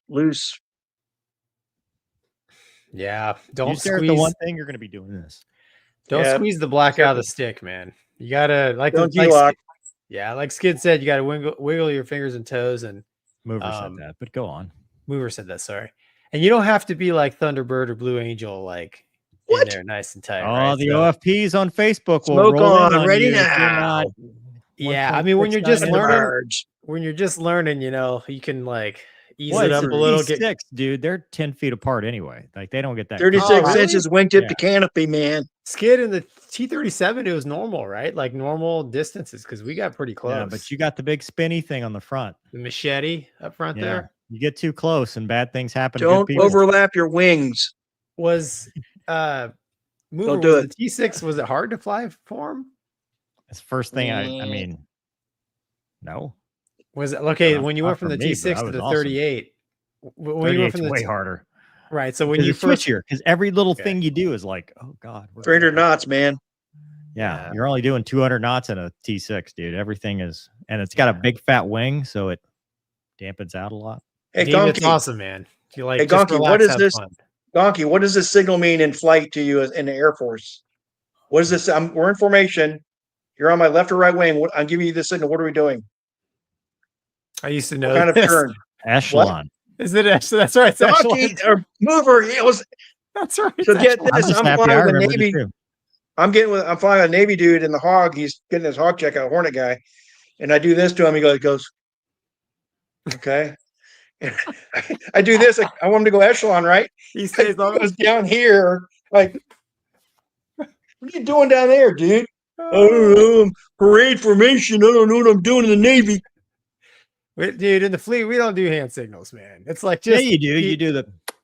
Well, that's the kiss off when we're coming in the break at Why? 500 knots. Why in the Navy do we have to continue the stereotypes by kissing at another man? Please explain that to me. Well, it's your bunkmate, right? You're in your bunk. And you're hot racking, dude. You want to, dude? It's a respect. See you on deck. Yeah, See it's like clean my rack before I get there. It's like, oh boys, Skid's got the hat. The wings of gold, baby. 191, BF 191, Last of the Gunfighters. That's F8s, baby, right? FH, baby. Right. Yeah. Good talk. Be careful on formation flying. Yeah. Have fun with it, Davey. That's awesome. Enjoy. God bless. This is the best time of your life. It's all downhill from here. Yeah. Enjoy every minute because it only gets worse. Steve says, I believe the technology of the drone threat is increasing, but I'm also still waiting for the hoverboards that I saw in Back to the Future. Yes. We're all going to get annihilated. Where's my flying car? Yeah. Where's my DeLorean? The drones will kill us, but I at least will have my hoverboard. John says Elon was referring to Mover's video and knows Mini Airwolf is ready to crash into the next generation of fighters and poles near you. Solid. Oh, dude. They just need it. Do they need 100 Airwolf-sized movers or 100 mover-sized Airwolves? It's just amazing how fast that helicopter wrapped itself around the pole. It was a rapid, unscheduled disassembly. Oh, but you know, Elon has had the same issues. So, like, he and I are both innovators. Yeah. You got to crash a few before you get to space. Yep. That's just the way it works. You got to crack a few eggs. I'll make sure we send this to them. Let him know. I, for one, welcome our Elon overlords. Carl said, "Oh nope, sorry. Oh wait, was that a new one?" Yeah. As long as all the drones look like Airwolf, can't wait to see an Airwolf swarm. Airwolf swarm. You know, I'd be okay with that. That'd be pretty cool. Aaron says, "Will a loyal wingman take the fat one though? If not, is that really the wingman you want?" Dude, that is a valid point, man. 2 Joker Bingo, leave your own fire. I'll take the fat one. Yeah. So every loyal. That's right, dude. R2D2. Hammerby says, if the Air Force makes a serious attempt at drones, it will truly turn into the Chair Force. Dude, the Houthis have shot down like 20 MQ-9s in the last couple months. I don't think drones are a big thing right now. Drone guys don't have a jink. They've taken out half of our MQ-9 fleet and 2 Hornets. Wow. That's 2 right. Hornets too? Well, without firing a shot, Skid, for the Hornets. I mean, they intimidate us into unforced errors. Correct.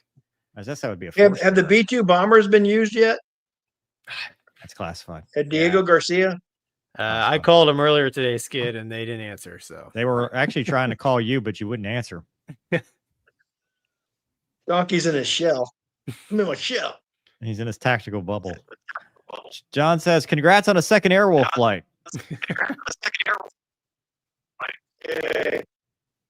Uh-oh. It's having some. Oh, lag. We got lag here. All right, Gonky. China's tapping in. What do we got? How do you start a Hornet? This hurts me. You start the right engine first or the left engine first? Skid, let's now that we teach have a green light, we're going to crank her Start right it over, Douglas. Now that we're start at it over. 25 RPM, we're going to induce Quick, fuel. start it over. You're going to, spoiler alert. This is bad, dude. But Skid, pay attention. Let me show you how. First, switch your battery on.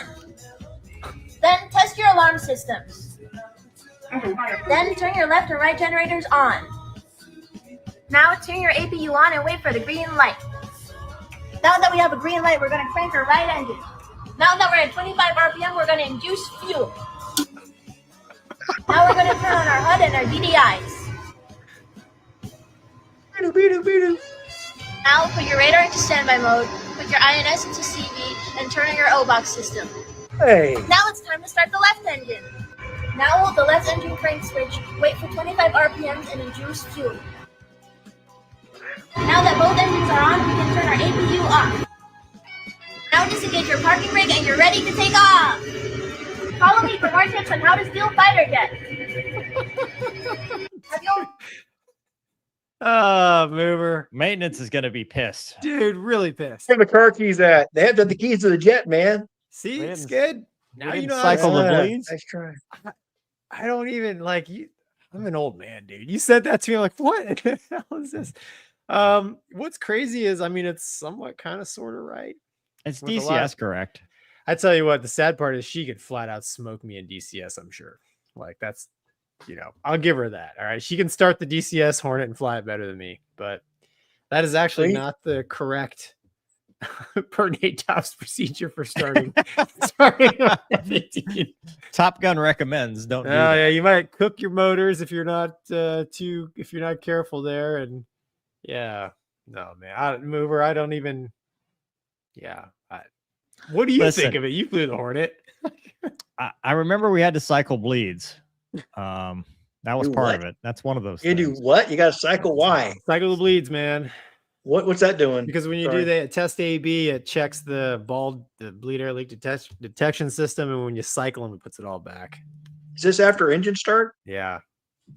Hey, just like the sec check and the Viper or whatever they do. The sec. Hey, you flew the 7.2 sideways, right? Don't you have to like reset the bleeds there when the engines start? What? As a flight engineer? You don't reset them. You turn one off. It's a 7. Hey, banana. Like 7.3. You turn one off. You turn. Hey, banana. Feed them. Don't bleed them. Come on, bro. There you go. Listen, I mean, start 1 and 3. I, for one, love the fact that this is mainstream because that means kids are getting into this sort of thing. Yeah. It's good. I mean, yeah, I mean, you're right, dude. It's good, but I mean, she's got the interior lights up way too bright. Yeah, maybe even that's the problem. That's even the daytime, even for daytime, I have lost my daytime vision with how bright those lights are. Yeah, man, there's CV. What did you go CV on the INS? I feel like you get a bad alignment if you do all that. No, you what? CV, you go to CV when you're stored on the carrier. Like that's a stored heading alignment. Yeah, you can do it on. I think the only time I ever did was on the carrier. But no, dude. So I mean, at 25, 25 what? Do you bring the, for the RPM? Well, that's nitpicking.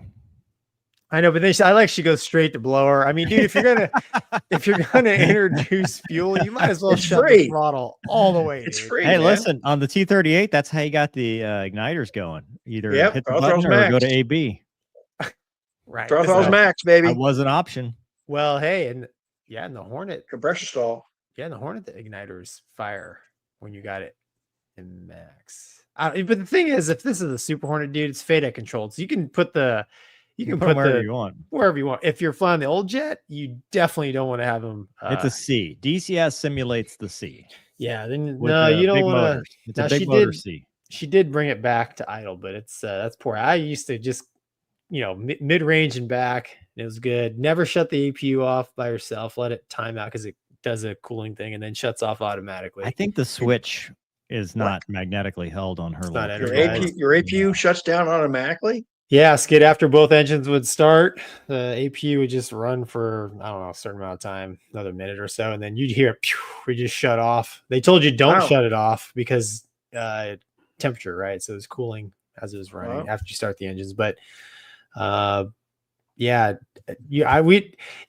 funny, and maybe she is right on something about like put this in standby, put this right now. But dude, we would just turn everything on. No, dude, no, because in while I was at Strike Fatron 204, they changed that because the fleet, they were cooking generators or something. Right. So we could only turn on like half the stuff. Yes. And then start the other engine and turn the rest of it on. Well, that was to standardize procedures. Right. And just like the canopy had to be down. Because when I first showed up, we taxied with the canopies up all the time. And they're like, Top Gun recommends canopy down. Like, why? It's hot. What? Correct. So like a convertible. When I was an IP in the RAG, right? Like we turn everything on, but then we start getting these brand new Super Hornets with all the toys, and like I'm just turning everything on, and like you start cooking generators. And then to standardize the fleet, they were like, gradually bring in the Trons, if you will. So but yeah, so maybe she's right there and I'm wrong. But if this is a legacy jet, man, just turn everything on. I guarantee you she probably read the manual more than you did. Probably. And here's the other thing. You're not ready to go after both engines are running. You got to have the flap set to take off and the trim set, dude, or else you go flying very well. That's the whole other part. The FCS bit they didn't do. We didn't do the 5 down checks. No, man. No. Flight control checks. Yeah. I mean, you might have a on your blend page there a bunch of X's, right? On your flight control page. Not good. Are your wings locked? Are they spread and locked? I mean, these are important items. No way she waited for INS to align. Exactly. Although, dude, if you got GPS, just throw it. IFA, go. Here's the question, though. Are you stealing a Hornet? Do you care? About half the stuff you mentioned. I would probably want no X's on my blends because I'm probably going to have to fight somebody, and I would like all the flight controls to work. Yeah. Oh yeah. Yeah. Yeah. Well, like I said, there's a ton of stuff that radar probably nice to have. Yeah. I just she didn't do the fire test properly. Although did she mention it and just not do it? Because it does take mentioned it. She started talking. She said check all your warnings and cautions or something. Because that would take the entire 3 minutes that a short gives you. There would be no more time for her to exactly. Be still engine fire right left. Pull up. Oh my God, shut up. Yeah. I don't know. Yeah, just levity, dude. I just wanted to talk about something that was less sad for a minute. Yeah. That's less yes, it's kind of less sad. Yeah. Mover, how many hours in the Hornet? Mover. How many hours in the Hornet did you get total? Just short of 500. Wow, very nice. Yeah. And the Viper, how many in the Viper? 1,000. Nice. Very nice. Yeah. I miss that Gonky, jet. how many Hornet hours you got, Gonky? 1,600, I think. Nice. Just shy of 1,600, I think so. Golf clap. Very nice. Yeah. Yeah. The real sad one was the T-38A because I only got like 110 hours in that thing. I was just really, oh, dude. Don't Like we forget had COVID, Mover. we moved, we never flew. Mover, from when you applied to us to getting there, it was like 4 years. 3 years. 2016 to 2018 was 2 years. Yeah. Yeah. Yeah. Skid, how many hours did you get in the T-38? Just under 1,000. Wow, dude. No, it's 3 years, dude. Because it was before I pinned on 04. Because I was like, oh, I gotta wait now. You know, because I made 04. I was like, oh, I gotta wait. So it was like 2015 I got hired. Yeah. And then the medical thing happened, and then y'all hired Gonky, and that ruined it for me. Yeah. Yeah. I think I got 310. Good. Yeah. Awesome. Dude, it was tough. There It you was go. tough getting hours in that thing. I miss that little. Yeah, 1.1, man. Like this sucks. I don't. Nope. I do. Nothing. It was hard on my back, but I miss that little jet. I don't. Nope. Nope. Nothing about it. Thoroughbred, man. No computers, no nothing. Just you and Old school. That's right. Just you and the two jets strapped to your back. No HUD, baby. No HUD. I miss the Hornet. No HUD. I miss the Hornet too, but for other reasons. I missed the Hornet too. I wish I could have flown the A-10 Skid. I chased that airplane my whole career. I'm so jealous. How many hog sim hours do you have, Mover? Oh, like 1,000. Because you worked in the sim, right? I was in that thing every day. Yeah, I bet you're good. Every single day. I was teaching pops by the end of my student hire tour. There you go. Dude, the FRS would have been, or the B course would have been so easy for you, Mover, if you would have went to A-10. Oh, dude, I'd have been like, no, that's wrong. Trust me, it doesn't work. I'd have been the DCS. I'd have probably washed out from because you knew too much. Way. I'd have been like, no, it's wrong. No, you're wrong. Yeah, especially in my 20s, dude. I was way worse. When did you find out that the hogs were going away? So they bracked in. And you were at UPT, right? No, because they bracked. And they said, we're going to hire you and you'll just go to Barksdale because we were on the 4-year, 5-year BRAC plan. Right. And then Katrina happened. Yep. A week or two after I graduated college. And I had my slot, but Steve Bob Arthur, wing commander, said, we're done. We're never bringing A-10s back to New Orleans. That's it. Nope. See you later. And so they said, okay, well, you're already hired. Right. The Barksdale plan is not going to work because that's a FTU, at the time. Yes. And they said, you get to OTS, and that's as far as orders. What about Whiteman? It wasn't, they weren't looking for young, like pilot training pipeline guys at that time. Bullshit. Bull crap. So I talked to, so they said, okay, OTS. You'll get to OTS, and if you don't find a unit, you're screwed. So I was at OTS. I called Carswell, but they just hired the group commander's son. So they weren't looking for anybody. And Homestead, after I got out of OTS, I went down there. And you already had a UPT slot, right? I did, but it had to be sponsored. So as long if I didn't find a unit, they weren't going to cut any orders because they're pipeline orders. They're continuous for the whole time. There's no break. Yep. And so I went down to Homestead, and Homestead's like, yeah, we'll take you. And I was like, wow. Sweet. And did anybody from New Orleans talk to Homestead and get you hired up there? Did anyone help work with you to get you hired down there? T-Bear was helping, but okay. Nothing. Right. But they, I'm sure maybe behind the scenes. I don't know of any specific. Rock might have called. I don't know. Rock Clemens, But they hired me, and then went to pilot training for them. Good. And that's it. That was my. Cool. And then you went to Barksdale. Where'd you go, Shepherd? Where'd you go? No, Injep, sure. Vance, Enid America. Okay. But I went to Barksdale. Right? What's that? Both of you guys? Yeah. You went to Enid too, right? I got hired by Barksdale with you, and then they shut down. Skid. So did you wait? So I'm sorry. Did you have an app into us when we got bracked or whatever? I got hired. Who'd you talk to? Who hired you? Do you remember the name? Was it Travis? Slick Travis? Slick? Yeah. Okay. You because you wanted to be closer to your family, right? I was trying to go back to Louisiana. I wanted to go home. My dad had prostate cancer at the time. Yeah, we were totally caught off guard by the whole. We were deploying to Bagram y'all were deploying. They were working on getting me hired, and wow. My wing commander came to me and said, "Hey, you still trying to go to Barksdale?" I said, "Yes, sir." He said, "You might want to rethink that." I said, "Why?" He said, "Palm 13." I said, "What's that mean?" I don't know what these letters and numbers. I don't know what they mean. He's like, "Yeah, they're gonna keep fun." I'm like, "Come on, you're kidding me." And then I knew Sully down at VFA 204, and he said, "Come on, we'll do Red Air and BFM and have a good old time with the Navy." Everywhere Mover's been, Skid has shut down. So it's just not Keesler, still exists yet. It's a good place, which means it's probably going to shut down. Yeah. Oh my gosh. Gonky's going to be the new wing commander there. Nope.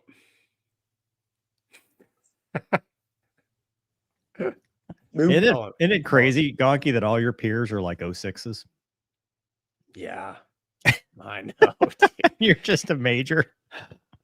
Me and old okay Gonky. with it. Somehow I think I'm winning, dude. Somehow I think I'm winning. You're special. I don't know. More staff meetings, please.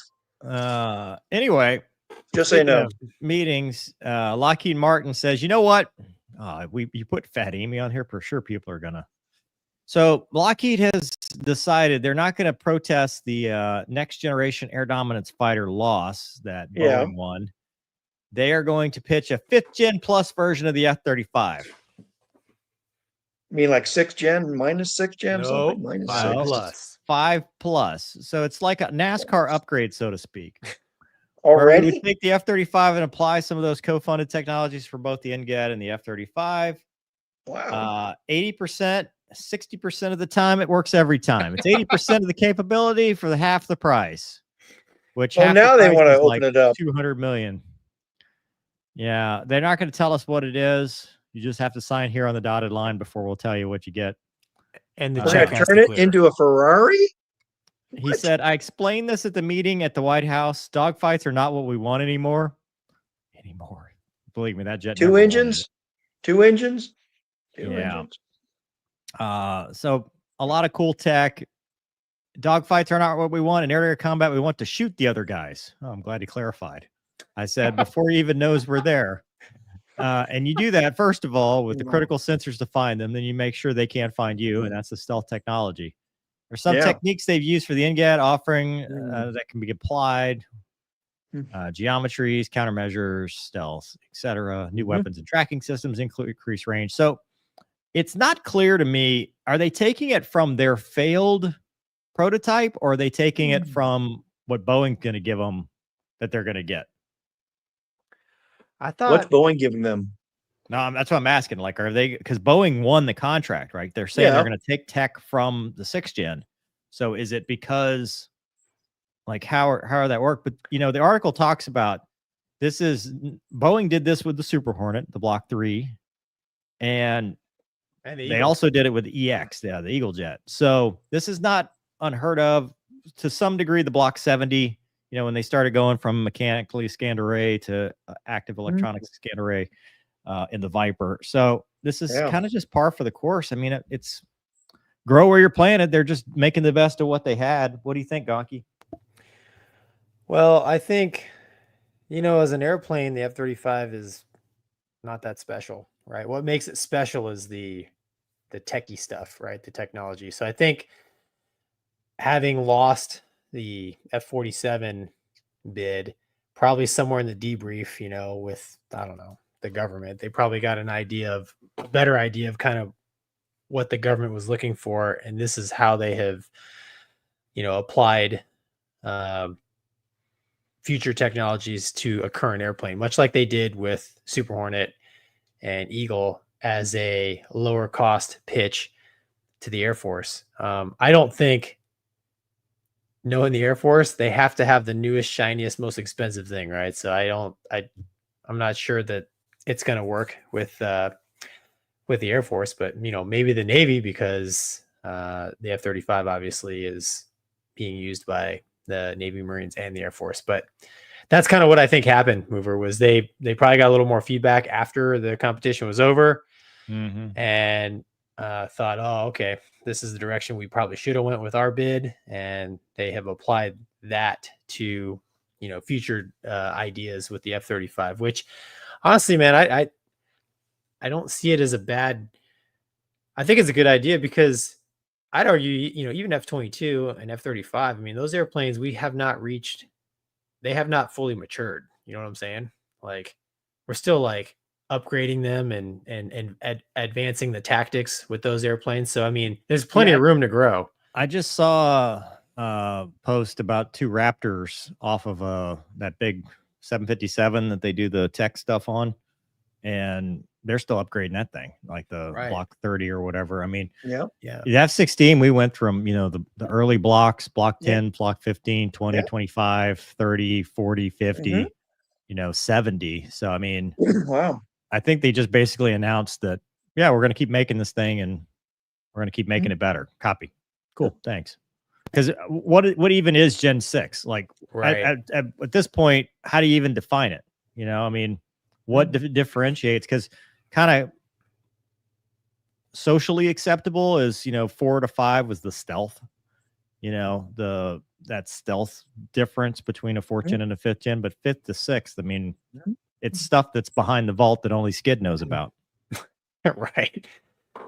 Yeah. Well, like I said, man, I mean, it's not so much the airplane, it's pilot. It's the how well, but as far as just the airplane itself, man, it's the electronic stuff that really makes a modern fighter really, really lethal, right? So, I mean, like Skid, like the A-10, man, when you first started flying it to when you last flew it, completely different airplane, right? Yeah, A model to the C model. Yeah, I mean, just a tremendous expansion in capability, right?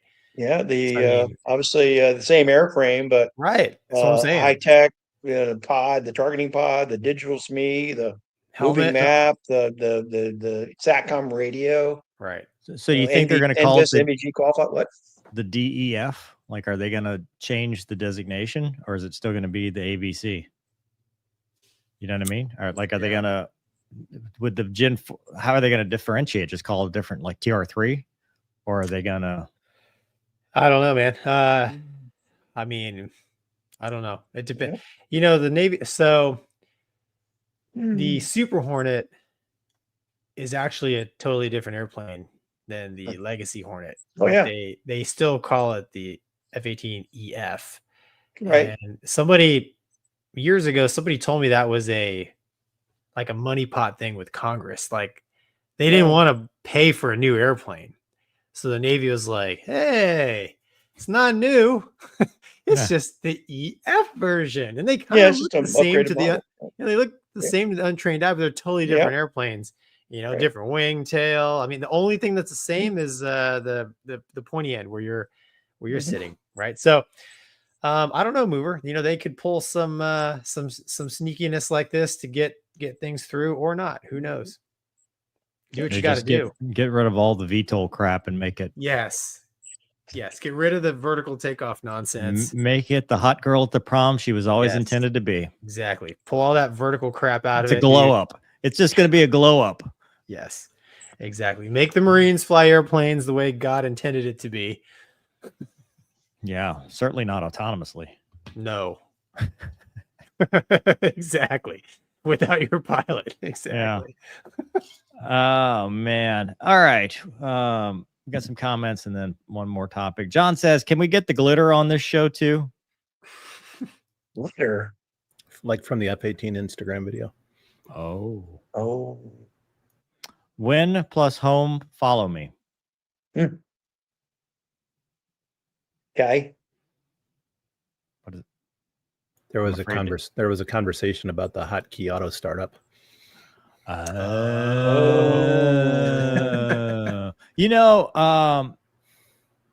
tell you what, all the DCS people, they want to do the full startup. I don't know about you guys. No, but if I get in the sim, I want it to be ready to go. I don't want to simulate any of the ground ops. I just want to go. Oh, come on. That's the fun part. no, it's not, Skid. The Hornet's that hard to start and go? No. Come on. I just don't want to do it, man. I didn't want to do it when I was flying the real airplane. I want to go. That's right. I want it to be ready. That's why I loved Hot Pit Hot Seat, because it was mostly already ready for me. Yeah, dude. Exactly. Locked and cocked on the cat. Ready to go, dude. Yeah. That's what was nice about T-38 is there was nothing to set up. Yeah. You just hit the buttons and go. Yeah. That's we had to put the Garmin up. That red Garmin thing up here. You had to do the Garmin thing. You can do that on the fly, though. Well, we were on iPads by the time we quit. That's true. New generation. So you got rid of the Garmins? You got rid of the 4? I took them both. I'd take them both. Not at the end. You got rid of the Garmins? They got rid of them. Did they get rid of them? Really? Mm-hmm. They were able to download from the iPad the lines and stuff. Mm-hmm. Skid, we take two iPads, and I'm not kidding. On one of my flights in the summer, both overheated. No way. Yeah, because you're not supposed to leave them on the dash. No, I had one on my leg. That thing overheated. I took it off, put the other one on, and that thing overheated. But by then, I didn't know where I was. I was clueless. I'm like, well, I'm over the water somewhere. Wow. And my HSI is spinning, so I don't know. Did you declare an emergency, Gonky? And I stayed my block and flew. Did you say Mayday? Did you say Mayday? I don't say pan. He pan. Yeah, pan. Ron says, DOD, we want 6th generation. Lockheed Martin, we have 6th generation at home. Yeah, fact. Code Monkey says, Lockheed Martin can't deliver F-35s loaded with TR3 software. How are they going to deliver 6th gen tech? Valid. Ooh. Valid. It's easy. No one knows what 6th gen tech is. Enough money, we can do it. Give us a paycheck. Skid, they're just waiting on the check. Ron says Gen 6 is like the optional undercoating at the Corvette dealership, except it's 20 million instead of 2K. We got your back. VIN etching. Just sign here, please. Yeah, it's your VIN etching. Speaking of Lockheed Martin, so they demonstrated this safe system. Huh? And it's a flight control augmentation system in the X62 Vista. And it's like, it looks like they're pure pursuing this target. And with safe on, it does it. And with safe off, the dude looks like he's having a stroke over here. The Viper doesn't fly like this. Can somebody explain to me what's going on? Is this centered up? Is this a Viper HUD? Yeah, this is the X62 Vista. And the safe is it's a flight control software, right? To smooth things out. AI flight control augmentation. Wow. So the AI is tracking that thing. Yeah. Presumably. Wow. And keeping him in a pure-ish pursuit curve. Yeah.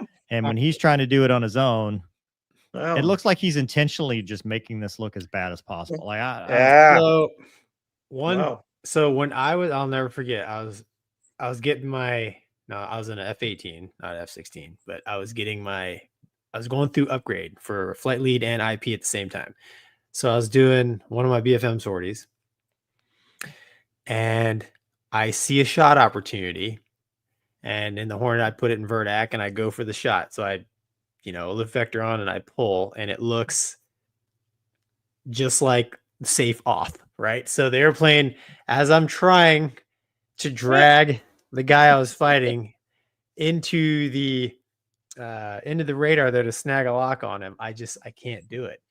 And I got the stick pulled back, and the airplane's in some pretty decent buffet as it's coming around, transitioning from rate numbers to the slow speed numbers. And I missed the shot opportunity. And, we come back for the debrief, and I showed it to him on the HUD. And when I watched this mover, I've relived that. That wasn't a very good flight for me, by the way, but I relived that flight and that missed shot opportunity, among many other poor things I did that flight. But so to answer your question, maybe is that how the Viper looks when it's at higher AOA? Like, is that what they're both at 325 knots? That's really? Why it doesn't make a lot of sense to me. Okay, that doesn't make sense. That level of ratcheting doesn't jive with what it shows. Maybe I misread it, but it looked like 325 to me, or 300 plus knots. What I would say, Gonky, like, I think the idea is great. The execution and the demonstration is kind of like, because they didn't like, and I think they know that their audience, like, but I'm a Viper guy, right? I look at that and go, that's just poor flying. That's not what it looks like. However, the idea of machine learning AI, like we talked about previously about AI, augmenting your flying abilities as long as it's understanding what you're trying to do, and that's the man-machine interface, right? Because if it understands that you're trying to, and they weren't locked, they weren't in any kind of dogfight mode. That was purely AI doing visual stuff with a camera, I'm assuming. But if you understand what it's trying to do, I could see that, like a gunshot, because you've been the, looks like Ray Charles is out there trying to, just paint a wall with the pepper. There's that part. Max performing, right? Like if you could keep the optimum alpha in the Hornet the whole time, it basically gives you a de facto limiter. Maybe it's like magic carpet, but for tactical flying. That's what I think it is. I'm just saying the video is like, what are you trying to show me? Because you do get, I mean, and it says it's applicable to any aircraft. I mean, dude, the flight control system's already doing a lot of this stuff, right? Because the Viper's inherently unstable. The flight control computer is trying to keep it. And this is a Block 30, which is an analog flickus. Digital flickus, Block 40, which they may have swapped it out. I don't know. But their baseline Block 30 has an analog flickus, the digital. So you get more smoothing. It's a much different feel, heavier jet too. But like the Hornet, that flight computer is doing its thing the whole time. So if you're adding AI, which is thinking in, rapidly and integrating what it sees you trying to do, because it's taking now 3 sets of data, outside, inside, and then the target itself, dude, that's a game changer. That's pretty awesome, especially if it's helping you get shots. I mean, Skid, think about it. Think about it at the range when you're pointing your nose at the ground, when you're doing. Do you, Mover? Do you remember, Mover, when you were in the sim, A10 sim? Do you remember the pack system? Yeah, the pulling through. This is what I think this is what the safe thing is. The pack system came in the A10, and late in its career, and precision attitude control, and your strafe just got infinitely better because when you roll on the target. You got to pull a trigger to the first detent. Okay, you pull trigger to the first detent, pack 1 engages, and now your flight controls are dampened. So now you can refine your aim point for your pipper. You got the pipper strafe, and then you sweeten it up. Boom, you pull to the second detent, get your bullets out. Incredible hit, and a boom, it goes right where the dot's at. It's like, oh my god, it's not jittery and all that stuff. So. That's what this is. It's a pack system. Yeah. I like it. Good. And it's got safety implications too. Auto GCAS can be enhanced by a smart auto GCAS, right? Not one that's inhibited at certain altitudes, but if it's just a flick of a switch, right. I would turn pack off in combat.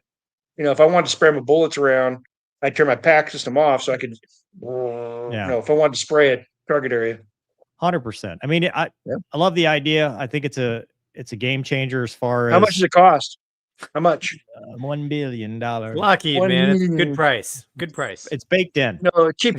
That's baked. Cheap. Baked in. Cheap. It's baked in. You'll never know. It's baked in. Oh, dude, that's funny. The taxpayers want to know. Yeah, we don't know. Yeah, no. It's too expensive. Hey, Gonky, you want to talk about this real quick? I got to the end here. What?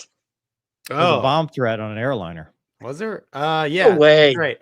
Was there? It's your topic. You put Taco Bell? Taco Bell? Yeah. So apparently there was a Legion flight going from Pi to Cleveland. Cincinnati. Yeah, headed to Cincinnati. Yeah, St. Pete to Cincinnati, and somebody wrote in the bathroom door, per the article here, there's a bomb on board Legion flights, and on the door. Yeah, man, they didn't even use like a notepad or post it or nothing. They just wrote it on the. I love how he adds and an exclamation point. Yeah, just wrote it on the door, and they saw it and notified the crew, and they stopped and did the safe thing, the prudent thing as well. Let's get everybody off this airplane. If there's a bomb threat, you got to treat it as such. And yeah, man. So they spent some extra time in Florida before getting up to Ohio or Kentucky there. But who discovered the note? I think one of the passengers. You sure that wasn't the culprit? Yeah. Dude, I don't know. It's still under investigation. I don't know, man. I read this article and I just thought, what kind of person would, I don't know. What kind of person would you? Dude, there's some insane people flying these days, man. Now, you get a bomb threat, Gonky. Do you crawl out the window? Not with this leg, dude. I wait for the slide to inflate. I go down the slide. I only got one leg left, dude. If the other one goes, you ain't got no legs, Lieutenant Gonky. That's right. Your call sign Stumpy. Call you Stumpy. I'll be doing the low. I gotta wheel you around at drill weekend now. Yeah, man. Oh, no, but I mean, what would you do, movers? I mean, right? If you guys, the flight attendants are like, "Hey, there's a bubbles in the back. Bubbles in the back says there's a bomb note on the door." I'm going out through the hatch. There's a hatch with a rope. See you, Captain. Rappel down. See you, Captain. I don't get paid enough for this, Captain. You got like two other FOs in this thing. Go grab one. Yeah. Yeah, it's their problem. I'm taking the crash axe and I'm going out the roof. Yeah, I don't know. Skid, right? Just stop and get everybody off, right? Well, obviously somebody wanted to stop between there and their destination. To hey, if I write the note here, will I divert? And I need someone to come behind me and see the note, and then divert to the place I really want to go to, so I don't have to drive. Yeah. It's all. That's why I'm worried. The guy who discovered it was probably the guy who wrote it. Just saying. What do they call that? Skip jumping? Skip okay, so you're going on the airplane and you're going to go into the where, and obviously you got where was the note written on the door? That's what the article says. Yeah. Wait, so that means you're sitting down on the can doing your business, looking at the door. You need somebody with some really long arms. What? We're narrowing down the short people. Is that the Airbus? Yeah, dude, that toilet's that's a you got to reach. Okay. You can't just reach that sitting there. I think you can, dude. Yeah, every time I leave the airline urinal, I look at the door and make sure there ain't bomb notes. Okay.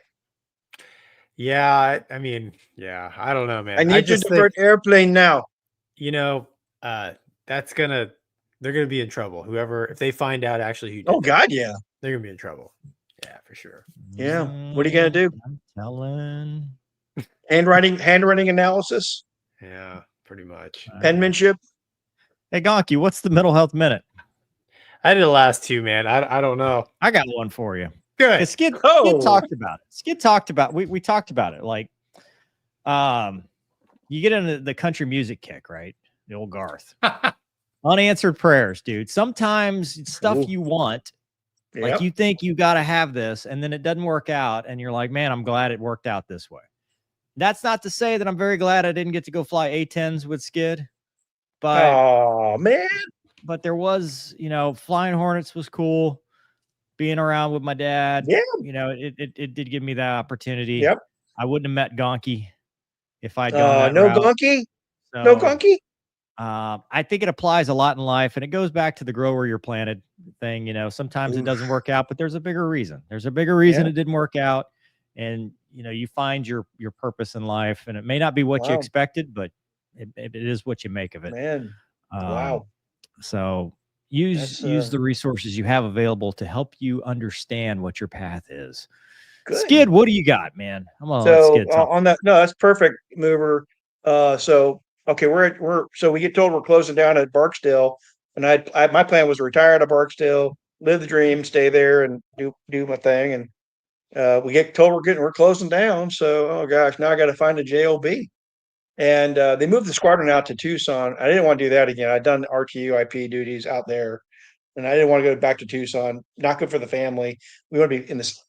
So I started, resourcing. I heard about these 38 guys and 38 things going to Tyndall, and I started working my phones and magic. And hey, I heard some reserve 38s are going to this place called Tyndall Air Force Base. And, in the meanwhile, says, nah, it's not really going to happen. We don't need you yet. We're not there yet. And so I start working deals to go to Shepherd or to Randolph or something. And then I happened to, call back down and made another call to AFRC. And, oh, yeah, hey, you still actually going to 10? And everything is turned around like that. My boss supported me going down there and say, yeah, go down there. I know the guys. And, just I was like, hey, I'm going to go fast again. This is awesome.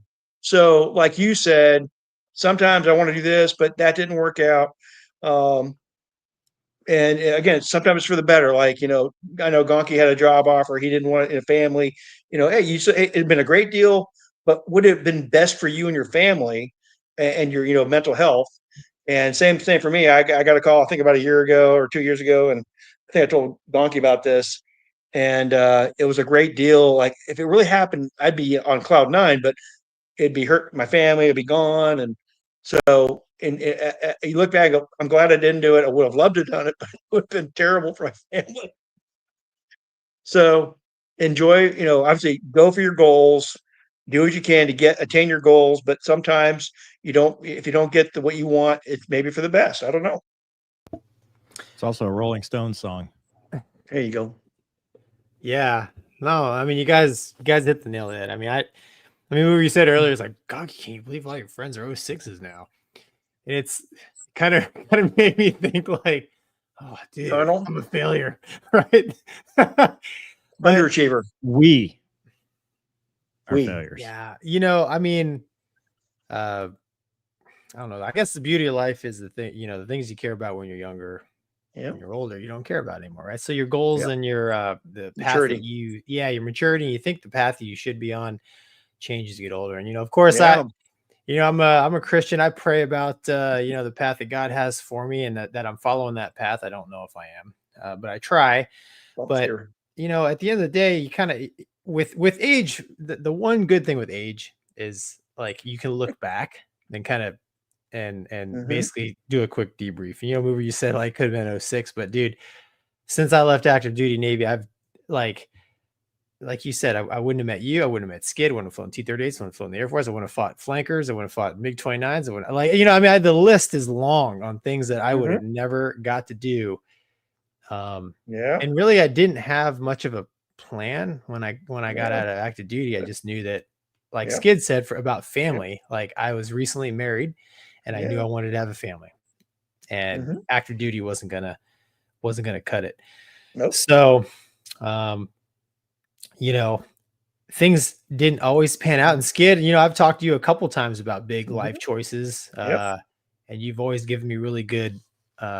You've always given me really good advice because I'm leveraging your experience, man. You've done a lot of cool things, and of course I talked to Mover as well, but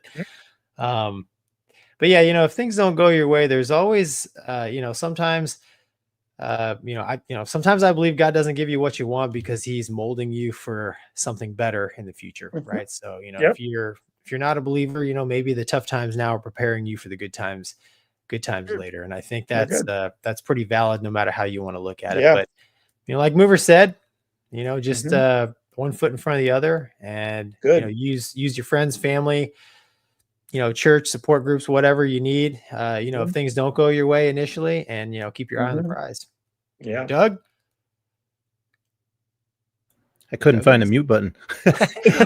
Hello? I think we've probably all gone through things like that. I had a couple of opportunities back early in my career that if I'd taken them, everything would have turned out differently. I wouldn't have met any of you guys. I don't think my marriage would have lasted, honestly. Wow.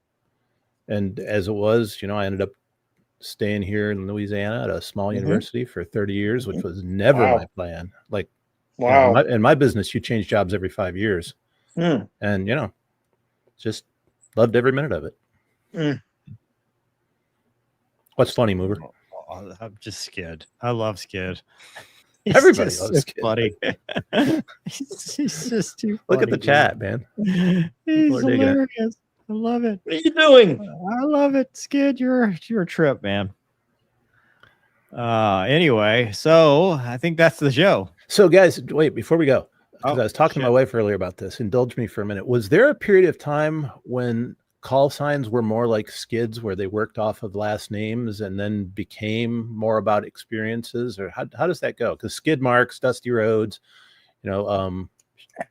it's always Hammond, Oregon Hammond. It's always been Wombat. either or. Yep. Well, Skid, if you can tell us, was your call sign has something to do with just your name, or did you do something to earn Skid? I walked in the thing I did is I walked in the squadron, and we had a guy in my squadron, Chopper Bob Griffin, great dude. He was the namer of us, and I walked down the hall, and he started calling me Skid, and I'm not paying attention because I'm walking down the hall, and he goes, "Skid marks." Like, okay, you're Skid marks. Like, okay, whatever. Whatever you do never tell them you don't like your call sign, because then that's a true story. That's 100%. In the A-10 squadron, when I was a student hire, Navy too. Don't tell me you don't like it. Yeah, I love my call sign. I love it. Me too. But to answer your question, Doug, back in the Vietnam days, they didn't have call signs mostly. Okay, what? You've watched my interviews, Doug. Like Steve Reno. Yep, he didn't have a call sign. They did the Navy. It dude. It was very rare. Like I Phil Vampatella, Duke Cunningham. Sometimes that's nicknames that they gave themselves. Like it's not a formal naming thing. Like that didn't become prevalent until much later. Mm-hmm. From the interviews I've done, go watch my channel.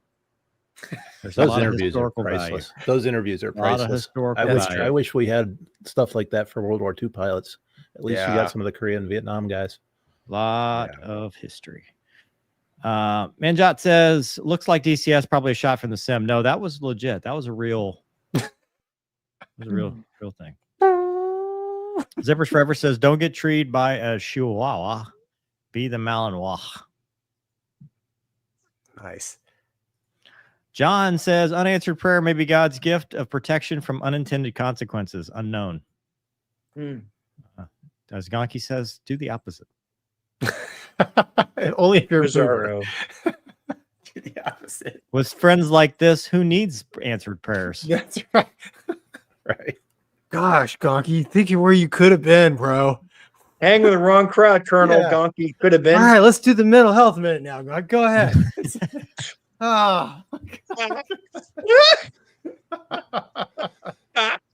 I'm here for you, Gonky. Perfect. It's just perfect. Hey, Skid, lean back just enough so we can see your shirt. That looks like that's what I thought it was. That's right. Representing. All right. Well, that's a show, and we've done it because it's over. Yeah. Thanks everybody for joining. Hey, next week, guys. Next week it's Tuesday. Great job, Doug. Oh, that's right. Sir. Oh, what's this? What? Next week is Tuesday, and we have we got Pale coming on from Growler Jams, which is cool. I may skip that one. You know how us old guys value our routines, man. Yeah, that's true. I may just skip it. It's gonna throw off my whole week. Gonky, me and you, or Doug, me and you will do a show Monday night. Ooh, there you go. Just me and you on my channel. We'll just do. We do shows most other nights anyway, so I guess we can just adapt. That's funny. No, it's gonna be good. It's gonna be good. Except it'll be Tuesday, which will feel like Monday. So I just gotta ruin everything, dude. That's a good channel, though. Yeah. Oh yeah. Yeah. Skid, hey, thanks for coming on again, man. It's been too long, my friend. Yeah, Good Skid. to be here. Thanks for remembering my phone number. I'm just glad you showed up. I was worried. He was in the chat. I'm like, well, Skid checked it in the chat. Does that mean we were afraid that was going to be your appearance? He didn't send me the upward or whatever. Manjot says, Skid dropping some wisdom. No hair equals experience. Valid. After party. Dude, that's our Patreon. Is that people get to watch the after show. Debrief. After show. Yeah. Let's talk about the show right now. That's the best stuff that comes out right there. This show is a no step. Remember those days? This show is a no step. I'm not aware of those things, Skid. I was always top notch. Yeah. Well, good night, everybody. Tip your waitresses.